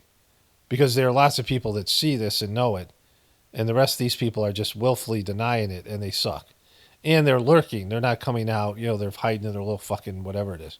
And, these people claim to love Charji. Like, they would weep when Charji would leave their presence, and they would, they just profess their love for the guy. I've always struggled with the idea of a master and these things, and coming from the West, and I have issues with authority. Not that it's authoritarian type situation. And, Charji always had these people around him. I wasn't always comfortable being with them and, these people and whatever. It was, sometimes it was disconcerting. The guy had this presence, right? And sometimes it was intimidating or whatever. And, I've had my own issues with all these things. But I'm eternally grateful for all he did for me. And, I would never disparage, somebody who had just a life of service. He served God in the highest possible way. And we all benefited from it. And so it's, it's a remarkable accomplishment. And for Daji to come in and disparage that, like he's a fucking worthless piece of shit, and all these people who claim to love Charji and are now bowing before Daji and licking his fucking boots or whatever it is. It's icky. Like, it's fucking icky. So going back to this change of consciousness thing, right? And so when you're a baby, you have a certain level of perception. Your brain isn't developed. You have this mind. You have these subtle bodies, right? The manas, the mind, and shit, consciousness. These are Sanskrit words. But there's these, 4 subtle bodies. There's these 4 major subtle bodies. And the main one is the causal body, which is the soul. And that creates these other fields, chit, consciousness, Buddha, intellect, and manas, mind. There's also the ego and these other ones, right? So there's quite a number of these things. But as a child, your physical capacity is only as much as, it can be in terms of your mind and your intellect. You have to have these experiences, and all these things have to develop your internal world, right? And so, when you're a baby, your way of seeing the world is so much different than it is as an adult, then you're not going to have any memories as a baby, right? Like very few people have any memories as being a baby. Like, young kids, sometimes they'll remember their birth. You'll talk to toddlers. One of my kids was talking about his birth, like remembering it, right? So there's a whole it was interesting interpretation of these events, like remembering this event, like as a baby, as a toddler, using his toddler intellect, having memories as a baby. But then as a toddler, you lose your memories when you become a kid. You have very few memories of your life as a baby or a toddler. And as you get older, your brain is purging some of these things. That's how they say it. It's pruning your synapses, and there's this brain shift that happens when you're between being 7 and 8 years old. And then you become like a kid until you're pre-adolescent, adolescent, and then an adult. And you're going through different levels of consciousness. And if you're living the right way, because some people stop developing their level of consciousness and they never turn into an adult, but if you're living the right way, your perception of the world changes. And that's where wisdom comes in, right? You become wise and your body's falling apart and you're now starting to go into the etheric world. And then there's other levels of consciousness where people become psychic, become mediums, become prophetic, right? And you have these levels where your consciousness raises to a higher level. Some sort of ability kicks in, like when you're a parent, right? When you become a parent for moms, it's biological. It's biological. It's biological for dads, maybe to some extent, but of course they don't carry the baby. But there's just some kind of shift that happens when you go from being a non-parent to being a parent. Whatever happens inside of you, there's changes that you go through. You have to see the world in a different way. It happens in nature with animals. Like your whole different level of consciousness is opened up to you because now you have young to take care of, right? And so, I realized that when there's been profound, I don't want to say growth, but just changes that have happened from the 7-day sitting thing. I've been doing it as a preceptor and then taking the sittings. And I've noticed this shift. And, when I had this memory and I couldn't remember, like I had to piece the memory together and I was sort of in a meditative state, whereas, I don't even care about this stuff anymore. I don't think about it, because it's run its course, right? I've disconnected myself from the, dodgy, and I don't have any contact with any Abhyasis except for this guy, the dodgy truther who sends me stuff every once in a while. And I look at it, without, I'm not going to turn into a video. Occasionally I'll mention it in a journey series, but I'm just over it and I've moved on. But then when I realized a couple of things, the first thing was, this guy, he was tending towards being maybe a little bit of a truther, and he could see the merit of what I was doing, right? He saw the value, and he wasn't necessarily a fan of what I did, but he saw a benefit of it, right? And he saw the mission stuff. And, he heard whatever story he heard from my ex, which it's very little truth in that story. Because, the difference between me and my ex is, aside from her psychological issues and all these things, and, she went to an Ivy League school and grew up, her dad was a CEO of a company and they had a different, she was with a whole different level of people. She was like the number one student. She was the eldest in her family. Totally different dynamics, right? She grew up. She was 5.5 years older than me. She was a boomer, right? She was tail end of the boomers. Different in every possible way, right? Totally different life experiences, different kind of people. People that really had very little in common in terms of who we are and how we related to the world. But the big thing was that she never embraced these teachings that everything comes from God, that especially when you start Sahaj Marg's system, everything's happening from God. And there's no victims. There's no victims. Everything is just, everything is fair, and everything happens for your spiritual evolution. And she had the opposite. Like, she was a victim, it was unfair, God got it wrong. She didn't think about it that way. But people were doing things and she didn't deserve them, and and making this up and really digging that role. The other thing is she loved the victim role. She loved being the victim. She used it all the time, that quote that I read.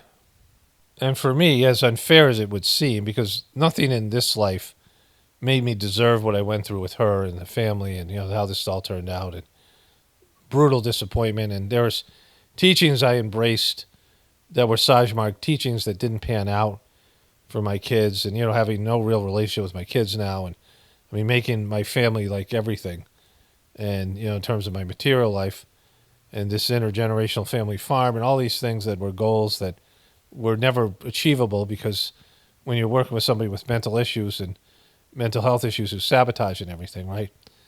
And so, he heard my story, and he has heard enough of my videos to understand that at least I'm an honest person, and I believe in all these things, the Sahaj Marg system. And for him to cave to whatever peer pressure or bullshit things that were happening, it's like fucked up. And I never thought about it that way. Like, I just thought, it's fucked up that he called her after hearing about my daughter, and he barely knew her, and all these other things, and it was kind of cutting me off for whatever reason.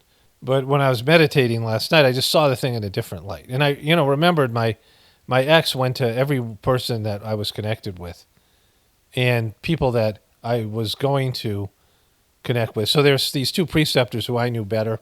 This one guy, Mr. and Mrs. C. Mr. C was like just the nicest guy. And now he would be my preceptor. And my now new wife and my kids, my new wife started with him, my wife now. And, my two kids. And so I went over there and I found out they were spying on me. And they used Facebook, and my ex went and contacted, people in my wife's life. Crazy shit. Like, I found out this later. My ex was going to everybody and trying to sabotage everything in my life. There was this nice German girl. She was from Austria. And she was one of the first people. She was like, in her 20s. And she became a member of our family. Just a sweet girl. And she, was listening to what I had to say. I had all these things that I say now to all of you, but there was no audience for me. My YouTube channel hadn't taken off. And I was hoping there would be people in the mission, and especially younger people, that I could impart some of these, things that I had learned, all this stuff that I talk about all the time. And there were a few young people in India that were like, truther type people. And she was the first one. I told her about Sepp Holzer because she lived in Austria. And it was, nice to have some people that, were resonating with this stuff I had to offer, right? Of course, Daji was sabotaging me even back then as well, right? And, I hadn't talked to this girl in years. She left India, and I wasn't in touch with her. But a few German people came, young German people who wanted to start the system. And so I contacted her, and she let me know my ex had communicated with her, which was fucked up because she reached out to her specifically to shit on me. And I didn't have that many people. I don't have anybody I'm close with. And I don't interact with that many people. I don't stay in touch with people. And she went to pretty much everybody that was in my life or whoever she could and said all these things about me. And yet I was the one who was in India dealing with my kids in this, this horrible situation that we were put in, and the whole thing, it was a lot of it had to do with her, her being completely fucked up and all these things. And had to get the kids back to America and rebuild our lives and all this shit, where she just, went off her medication and checked out of life. And, all the things that she did. And, for people to embrace that, for that piece of shit Daji to embrace it, but any of these other people, without even questioning, like knowing that she was, she had told everybody that she was, sexually abused. The mission, like her story is pretty well known. And she's shown signs of being fucked up, and she had a divorce, within the mission itself, and her previous husband. And so there's lots of evidence to show she's unstable, right? And I was in a bad situation with my kids coming back to America, and to have Daji like diss me that way and be such a little bitch. That's the only other thing I could describe him as. Just walking by me like a little bitch would do, without acknowledging me, any of these things, not like a man, like a little bitch, right? And all these people there, they were like looking at me. My daughter was cutting herself. She cut herself on the way home from the gathering. So, I was going through a lot with my kids, and, my kids were future Abhyasis, and even if they thought I was the piece of shit that my ex was describing to them, you would think they would say, well, it would be good to reach out and support this guy because he's alone with these kids. And if he's like a horrible person or, incompetent, whatever things he's saying, I would have needed help, right? The kids would have needed help. But to just like, isolate me and just all these things. So, I mean, all those people just suck. Like, it's just whatever good things that were in the mission, there's plenty of good things, and there's things I'm grateful for in terms of all the services and the ashrams that were built. A lot of great work was done by many of these people. But, this experience of them filling this thing with Dodgy and all these things. But this is the main thing I want to say about that. So going back to this TV show, and, the TV show's like kind of good. Like, there's flaws in it. Like, there's a woman who lost her husband and 2 kids. And she's a prominent character in the show. And she goes to the store and buys them breakfast cereals that she doesn't eat. And it's like Fruit Loops and shitty stuff. And she's got all this shitty food, like stuff, processed foods that she was feeding to her kids. And then they have an episode later on, and it's been 3 years since the day everyone disappeared. It flashed back to that day, and she's with her family. And she goes to an interview to work as a political consultant. And the woman says, "So why?" The woman running for mayor says, "Why do you want to do that?" And she says, "Well, I wanted to do more than go to the grocery store and read labels to see which is the organic juice box." And I'm like, "Wait, you're giving your kids organic juice and Fruit Loops?" It's like inconsistent things like that. Like, and those things always kind of bug me. But this idea that there's this epic change, and it isn't that the people disappeared, it's that something is afoot, right? And, this is what I'm talking about with Pockets of Future and all these things. And as much as my consciousness has changed over the years from doing the meditation and from stepping into various roles, my consciousness shifted from doing this job that I do here and other things, right? As much as I've had those consciousness shifts, I fully understand that the people who are meant for this thing, there's a lot of people who are just dead man walking. They're dead people. They're zombies. They're ghouls. There's nothing in them their soul isn't going to be allowed back when there's massive population reduction. They have no role to play in whatever's going to happen. They're just NPCs walking around bumping into shit. And, I don't give a shit about those people because they're all checked out, right? They're not even people anymore. They have no ability to change.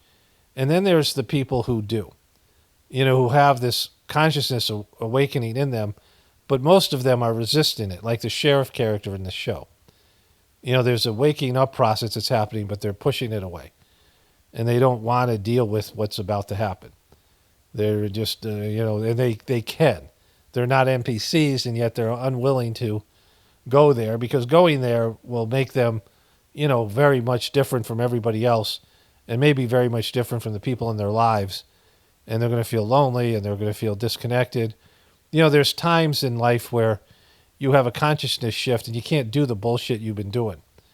There's a lot of things you're doing that you're just checking the box and working a shit job that's sucking the life out of you, and you're in bogus relationships that aren't working, but you just, you're scared to do anything else and you're too worn out and you're too deprived, you're bankrupt of chronic love energy, like all these things. And, you can't move forward because you're scared, but where you are is like unbearable. But you have this consciousness shift and you're like, I just can't do this anymore. Lology, the first master of the Sahaj Marg system, there's this great story. He's like 7 or 8 years old, like 7.5 years old, 8 years old. And he's playing with his friends.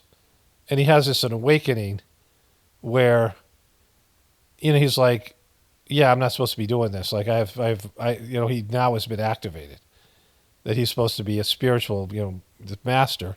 And he has to work on it. And he starts evolving spiritually from that moment. And in a short period of time, he reaches the goal of human life. It's like some kind of epic consciousness change and shift. He went from being a little kid doing little kid things to being a spiritual giant. And like that's probably the most profound example of something like this. But there are going to have to be people waking up to seeing what's going on and not engage with all the political bullshit and all the, binary stuff, the left-right paradigm stuff and all these things.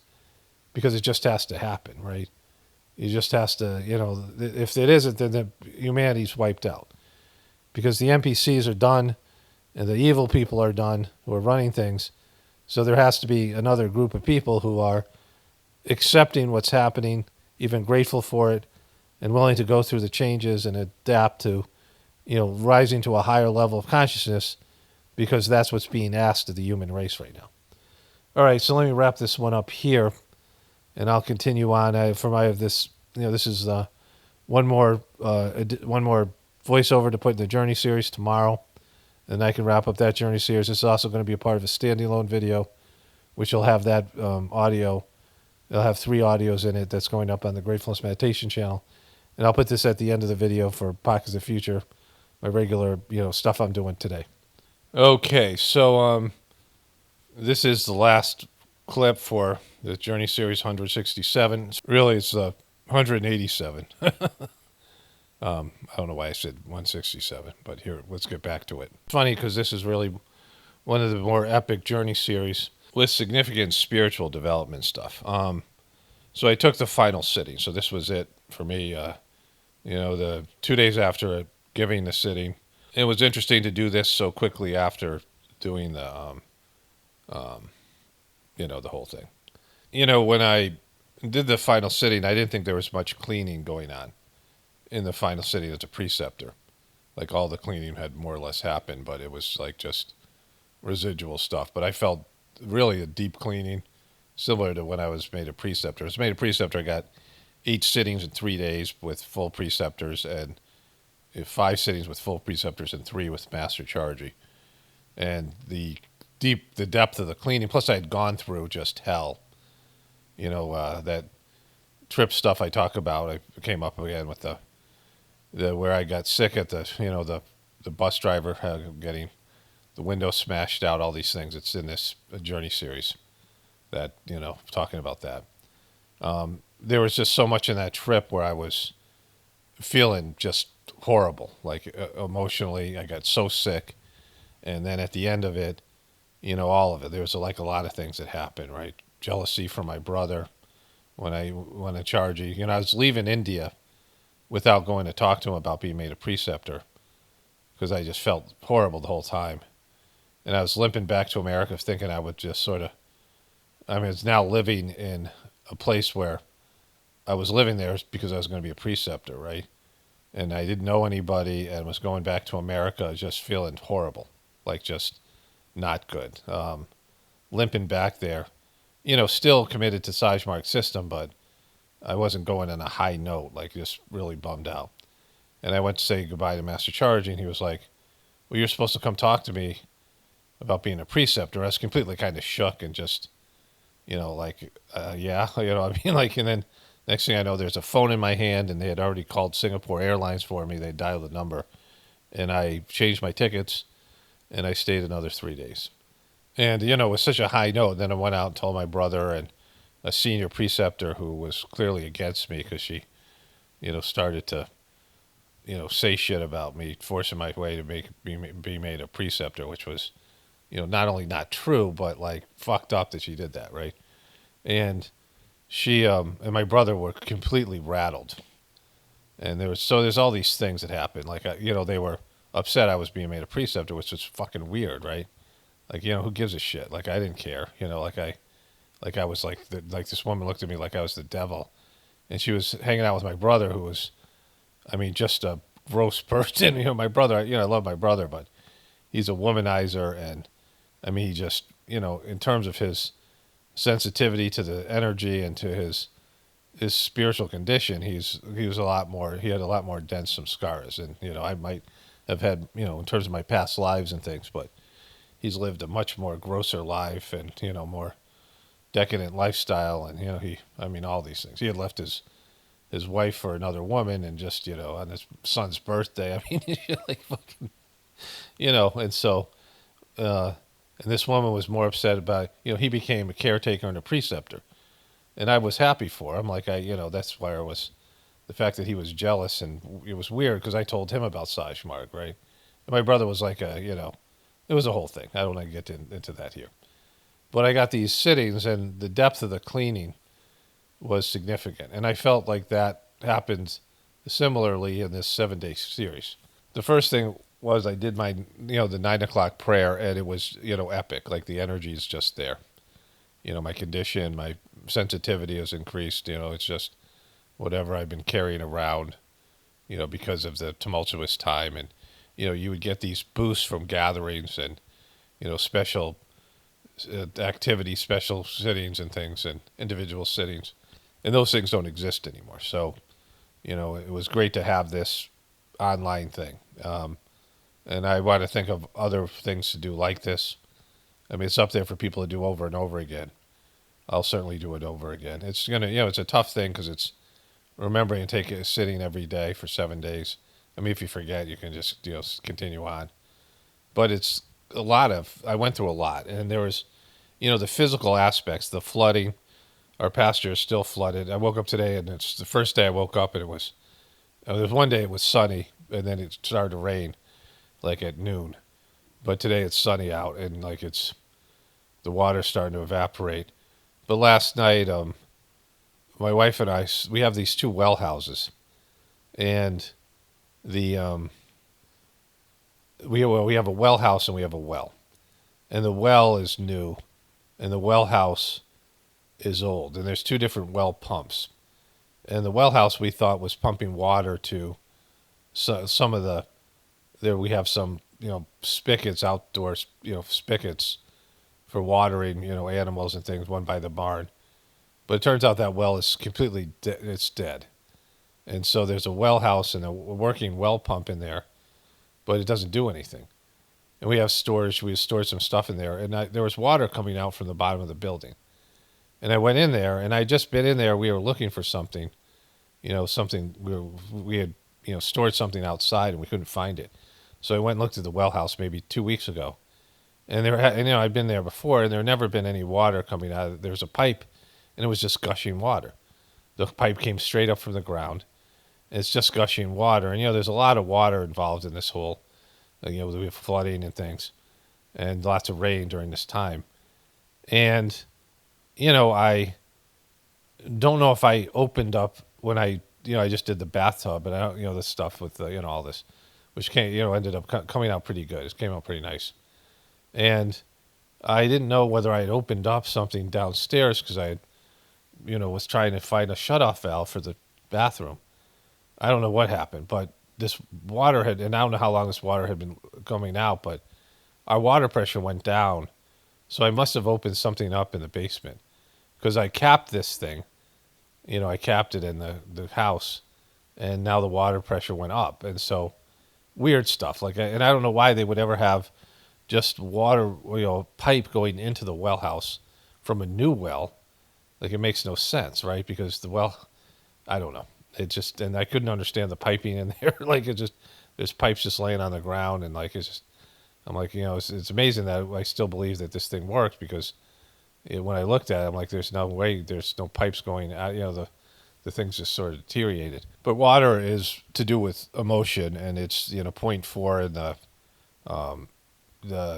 it's the last there's 0.5, which is the air point in the throat region, which is part of the heart region, but that's not really. You go past 0.5 and 0.6 as quickly as possible, because 0.5 is emotions, and things like this, and hallucinations is the inverted part of that, which I've talked about before, and 0.6 is the third eye, which has so much power in it, and so those 2 points are, unnecessarily. You don't have much experience with those points. You're not supposed to get bogged down. You go right from the heart region to 0.7. But anyways, all these things, there's just this physical aspect to it. The 9 p.m. prayer was great, but I experienced intense cleaning at the 7th sitting, which I was thinking was going to be headed more towards transmission. But, it was more cleaning, but I woke up and meditated, and it was a very good meditation. My condition is really good. And so, the whole thing is very... it was kind of epic. Like, it just seems like that's only a week ago. Like, it's just, a week ago, Sunday. And so, I'm happy with it. Like, really, I didn't do it so I could experience it. Like, I didn't think about it that way. But now that I have, like, I've done these various playlists, and I didn't think about how I would experience them as an Abiyashi, but I've needed, I use all the playlists probably more than other people. Like, I probably do more of the sittings than anybody else. I often do I do, usually do the Tuesday sitting, and I often, if I don't do the Tuesday sitting, I do one of the other sittings. And I often do the 3 day and 3 sittings in one day. And I'll probably come back to this one a lot because it's just getting that deep experience, that intense experience is really necessary. Deeper cleaning and things, especially when you're going through something. And we're all going to be going through things, right? Until, and I feel like some way without even the videos, being able to connect to these things, right? These sittings just make a direct connection when necessary. I mean, it's good for people, new people and things, but, eventually the direct connection, especially if the internet disappears and, or this, people don't have access to the videos. The videos themselves there's nothing in the videos. There's just, the connection happens on a etheric level. But, like this idea came to me, and I'm not even sure how, I don't remember exactly the process to do 7 cities in 7 days. But, it wasn't by accident. Like, it was very effective. Like anything with Sahaj Marg, it's always better than anticipated. So I'm very pleased with it. I mean, it should be recommended that people do it like all the time. Like, you just wouldn't continuously do the sittings every day, 365 days a year. But doing it 3-4 times a year, doing it before gatherings, like people could do it again right before the Babaji gathering, which is coming up. And today's April 7th, and the gathering's on the 31st of April. And so, it's this is good preparation now, but people could come back to it if they felt the need. But again, it should be done if people aren't feeling like they're sensitive enough to the transmission. Again, 3-4 times a year, 5 times a year. I mean, whenever you're led to do it, and just, committing to doing the sittings in order. If you forget and skip a day, just get back to it, right? But it's something where, like, the results are there. So to be introduced to the system, I have 3 sittings in one sitting a day for 3 days, and that's the standard. But Babaji gave 24 sittings to one person before they were able to be introduced. And that was Babaji face to face with his ability to clean. His will force was so much stronger than the average preceptor, or any preceptor, or anybody probably, in his ability to clean in depth. And it took 24 cleanings for a person before they were able to receive the transmission and experience it, right? Like, the 3 sittings are supposed to help a person, create enough space in their heart so they can receive the transmission. And, I experienced a lot in my first sittings, and then the various gatherings for 2 years. But still, when I went to get this preceptor cleaning, the cleaning was so deep and so extraordinary. And then we did that intensive with 3 sittings in 3 days, or 3 sittings in 1 day. And that was a similar experience. And I've had these in-depth cleanings. And then I had this very deep cleaning 20-some years into my practice in 2014, so 21 years or something into my practice. And just an epic cleaning that I went through, in India with the divorce and those things. And so, the cleaning process is never ending, and depending on, what you did in past lives, if you had long lives and, produced a lot of impressions, a lot of grossness, the cleaning process is just so necessary. And so even though you had the first, if you've done the 3 individual sittings, if you haven't found that playlist yet, then what the fuck? I mean, I don't know how. I mean, you got to watch the videos and you can't just wing it and just, you got to read the directions, and the directions are given to you in video format, like in all the playlists and things. And there's a video for the channel when you first come to the channel, that initial video on the homepage, and that has to be listened to. And it should be listened to every so often, so you're not missing anything. It tells you how to do the practice. And it tells you where the other playlists and the resources, of course, not these new ones. Eventually I have to redo that whole video when this is more complete. I think I'm going to do another introductory video with 5 sittings, with people getting introduced with 5 sittings. because Daji did that in a Udemy course, and it was great. I'd read it and I sent it to my brother. It's one of the best things, probably the best thing Daji did as master of the system. Even after he had collapsed, he produced some quality. This Udemy course, it was talks, and he did a good job in the talks, which is weird for him, and 5 good sittings. And this guy, Rob, this preceptor Rob, used to do 5 sittings to introduce people, and then he would, give them a package with a book and a diary. He, as a preceptor, he had developed something that was more, what he felt was more effective. Instead of giving 3 sittings, he gave 5. And so I don't know if that's where Kamlish ripped it off from him. But, it doesn't hurt to have more sittings.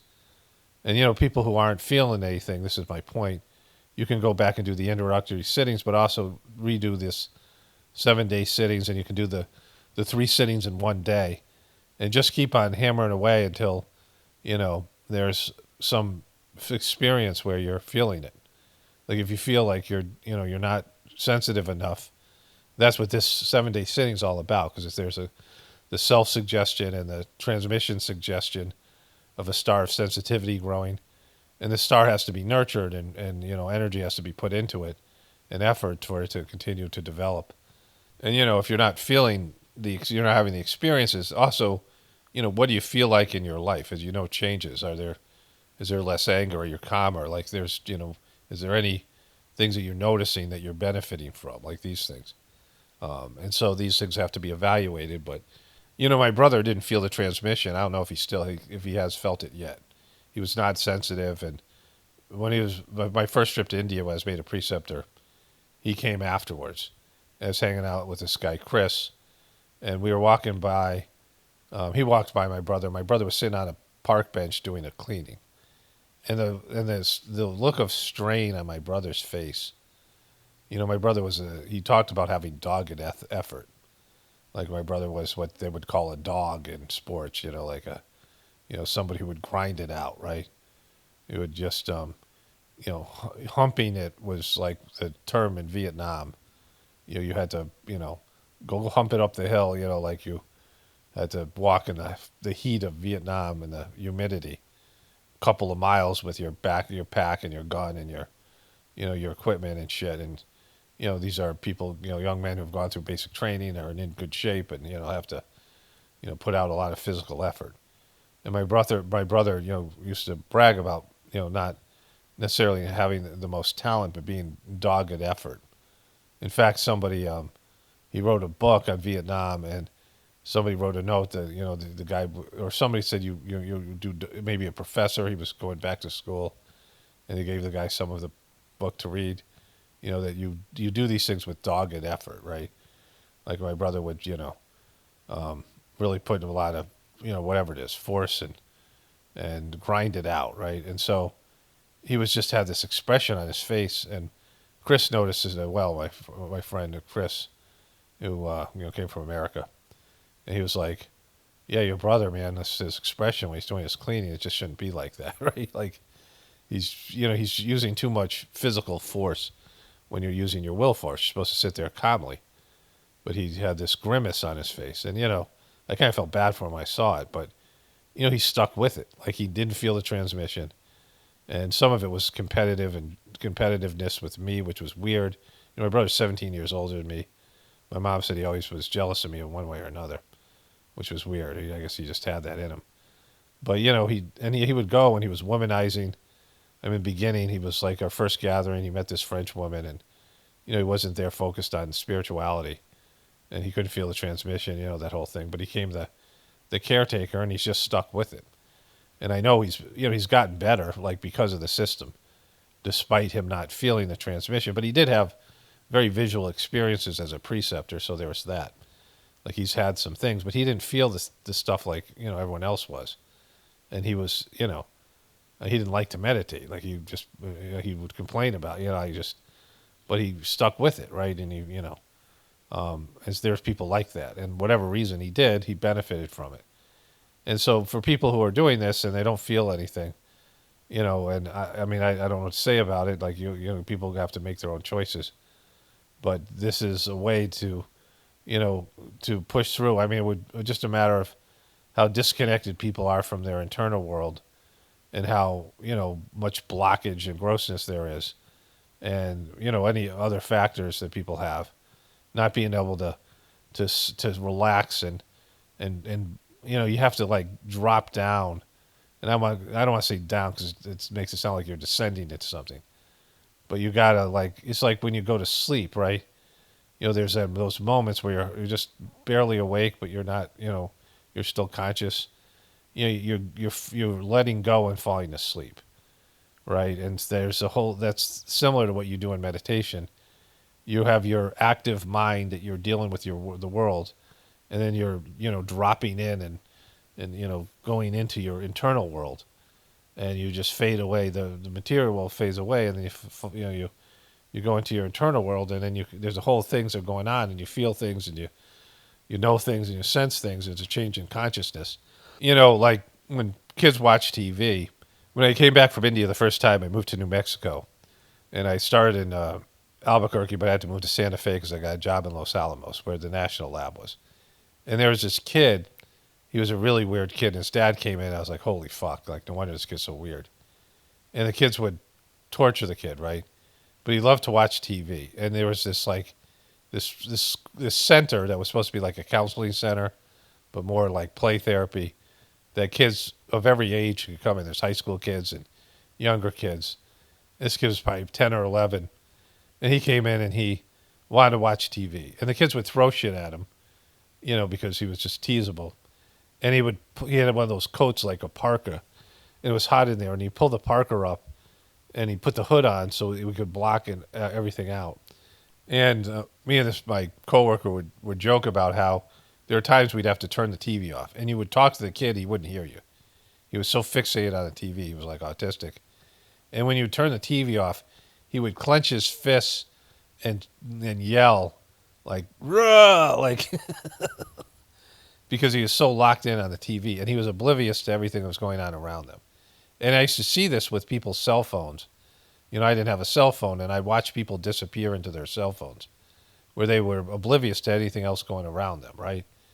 And, you know, in the same place, there was a kid there, an Indian kid, and he would want to play me in chess. He was like 8 or 9 years old, right? And you beat him easily in the beginning, and then he started to beat me, right? And I had a friend who was an Abhyasi, you know, now a preceptor, who I was talking to, and this guy was like an accomplished chess player, you know, like not a grand master, but someone who he was a rocket scientist himself, and he put a lot of energy into becoming good at chess. And I talked about this kid beating me, and he said, yeah, his brain is developing, and so he's just going to continue. He'll grow, and you're an adult, so, you know, he goes, I'll give you some books, and you can start reading some books, and then you can crush the kid.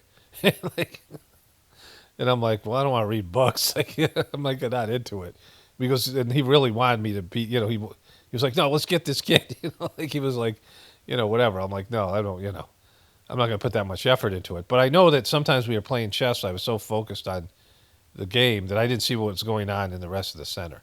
And one time my boss came in, he said, you know, I came in and out, you didn't even notice. And so like people will focus on, you know, TV and stuff. You walk into a room or they'll be on their cell phone, and their consciousness won't be in the material world. And you might talk to them and they'll give you answers and they won't remember the conversation. You know, these things, right? Because your mind goes into these different states, and, you know, people have sometimes different, you know, difficulty relaxing and going into a meditative state. And so, you know, these are all things that take practice, and the cleaning helps. And so people are really, you know, feeling like there's something here for them, but they don't feel, you know, good about their experiences. Then you're using the deep cleanings and, you know, see how that works, right? Again, you know, you don't have the ability to go to a precept or go to a gathering, which can be game changers, right? There could be this, or the master himself meeting the guy, because it just, you know, he has this way of sensing what people need, and just, you know, it just without even consciously thinking about it, it just happens automatically. And people would have these deep experiences, and then they would suddenly get it, right? They would get what was available here. And the other thing is, when your meditations are bad and you feel like shit and you're going through stuff, then that's the time to kick in and use the fucking sources, the resources that are available. The 3 sittings in one day, intensive, and I'm going to redo some of these things because I feel like, my ability as a preceptor has grown with the preceptor book and some of the things that changed.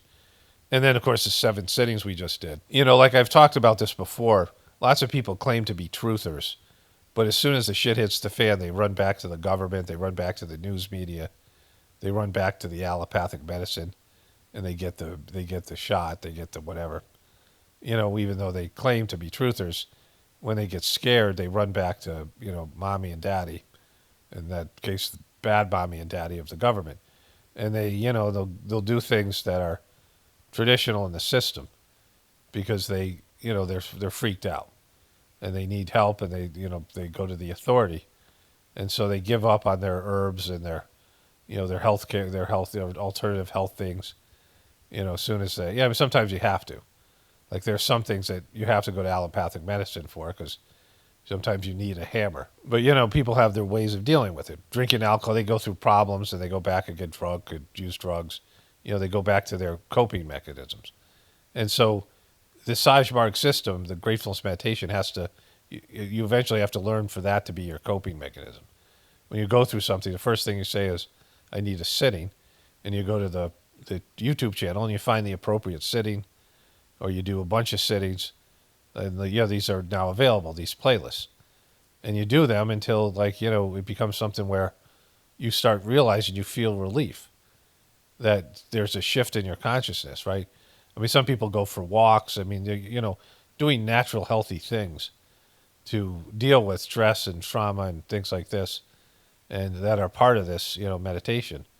And then you start, eating less toxic food, less gross food, because gross food and any kind of substance you might be doing block your ability.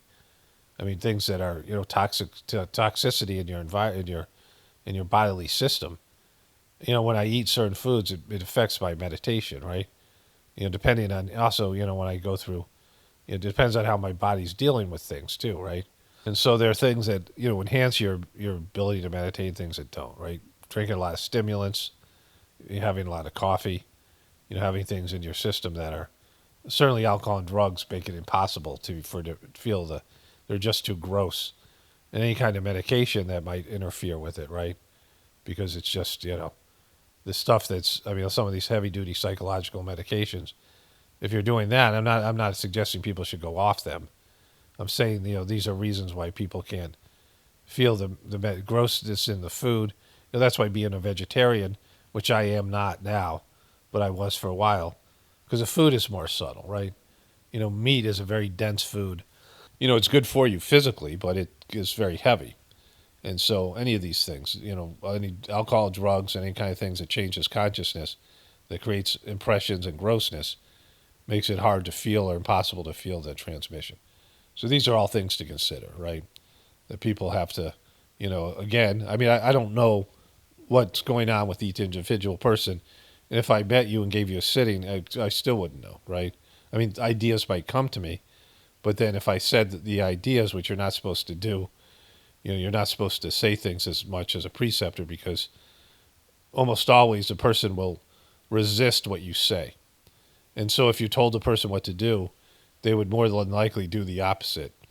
And so you're supposed to work on the subtle level and pray, because if you talk to people, they hunker down and get stubborn about shit. They don't want to give shit up, or they don't want to, they just rebel against what you're saying. People have a problem with authority. This is why therapy doesn't work very well, talk therapy, because the problem is there, and the therapist often can see the problem, but the person is attached to the problem, and when you suggest something to get rid of the problem, they rebel against it, right? So this is all the stuff that's there, in the Gratefulness meditation, all the various things that people can do. And, again, you just have to figure out your own way. Like there has to be some flow to it, and you got to just come to your own understanding, look at the literature. I read all the books that were available to me in the first 2 years of practice. I would do my meditation in the morning, and the days off, I would go do other things, take care of things I needed to take care of. But on my days of work, I would go to work, I would do my meditation, then I would write my diary, and then I would read literature, and then I would come home from work. I'd go to work, and I come home from work, and I do my cleaning, and I'd read more literature and write my diary again. I mean, it was, my first 2 years, I devoted myself exclusively to the practice. Really, the first, then I moved, went to India, and I was a preceptor then. So, reading the books, listening to the tapes. I mean, that went on for, I don't know, like 3-4 years until I was married and had kids, and then, I got pulled away. Not because I wanted to, but I had to. I could, I didn't have enough time, and it was hard for me to read the books because I was constantly getting interrupted and did whatever it was. But then, I was able to dive into the practice at first, and then it became habitual and just, a big part of my life, and then, the rest is, sort of history. It just continues on from there.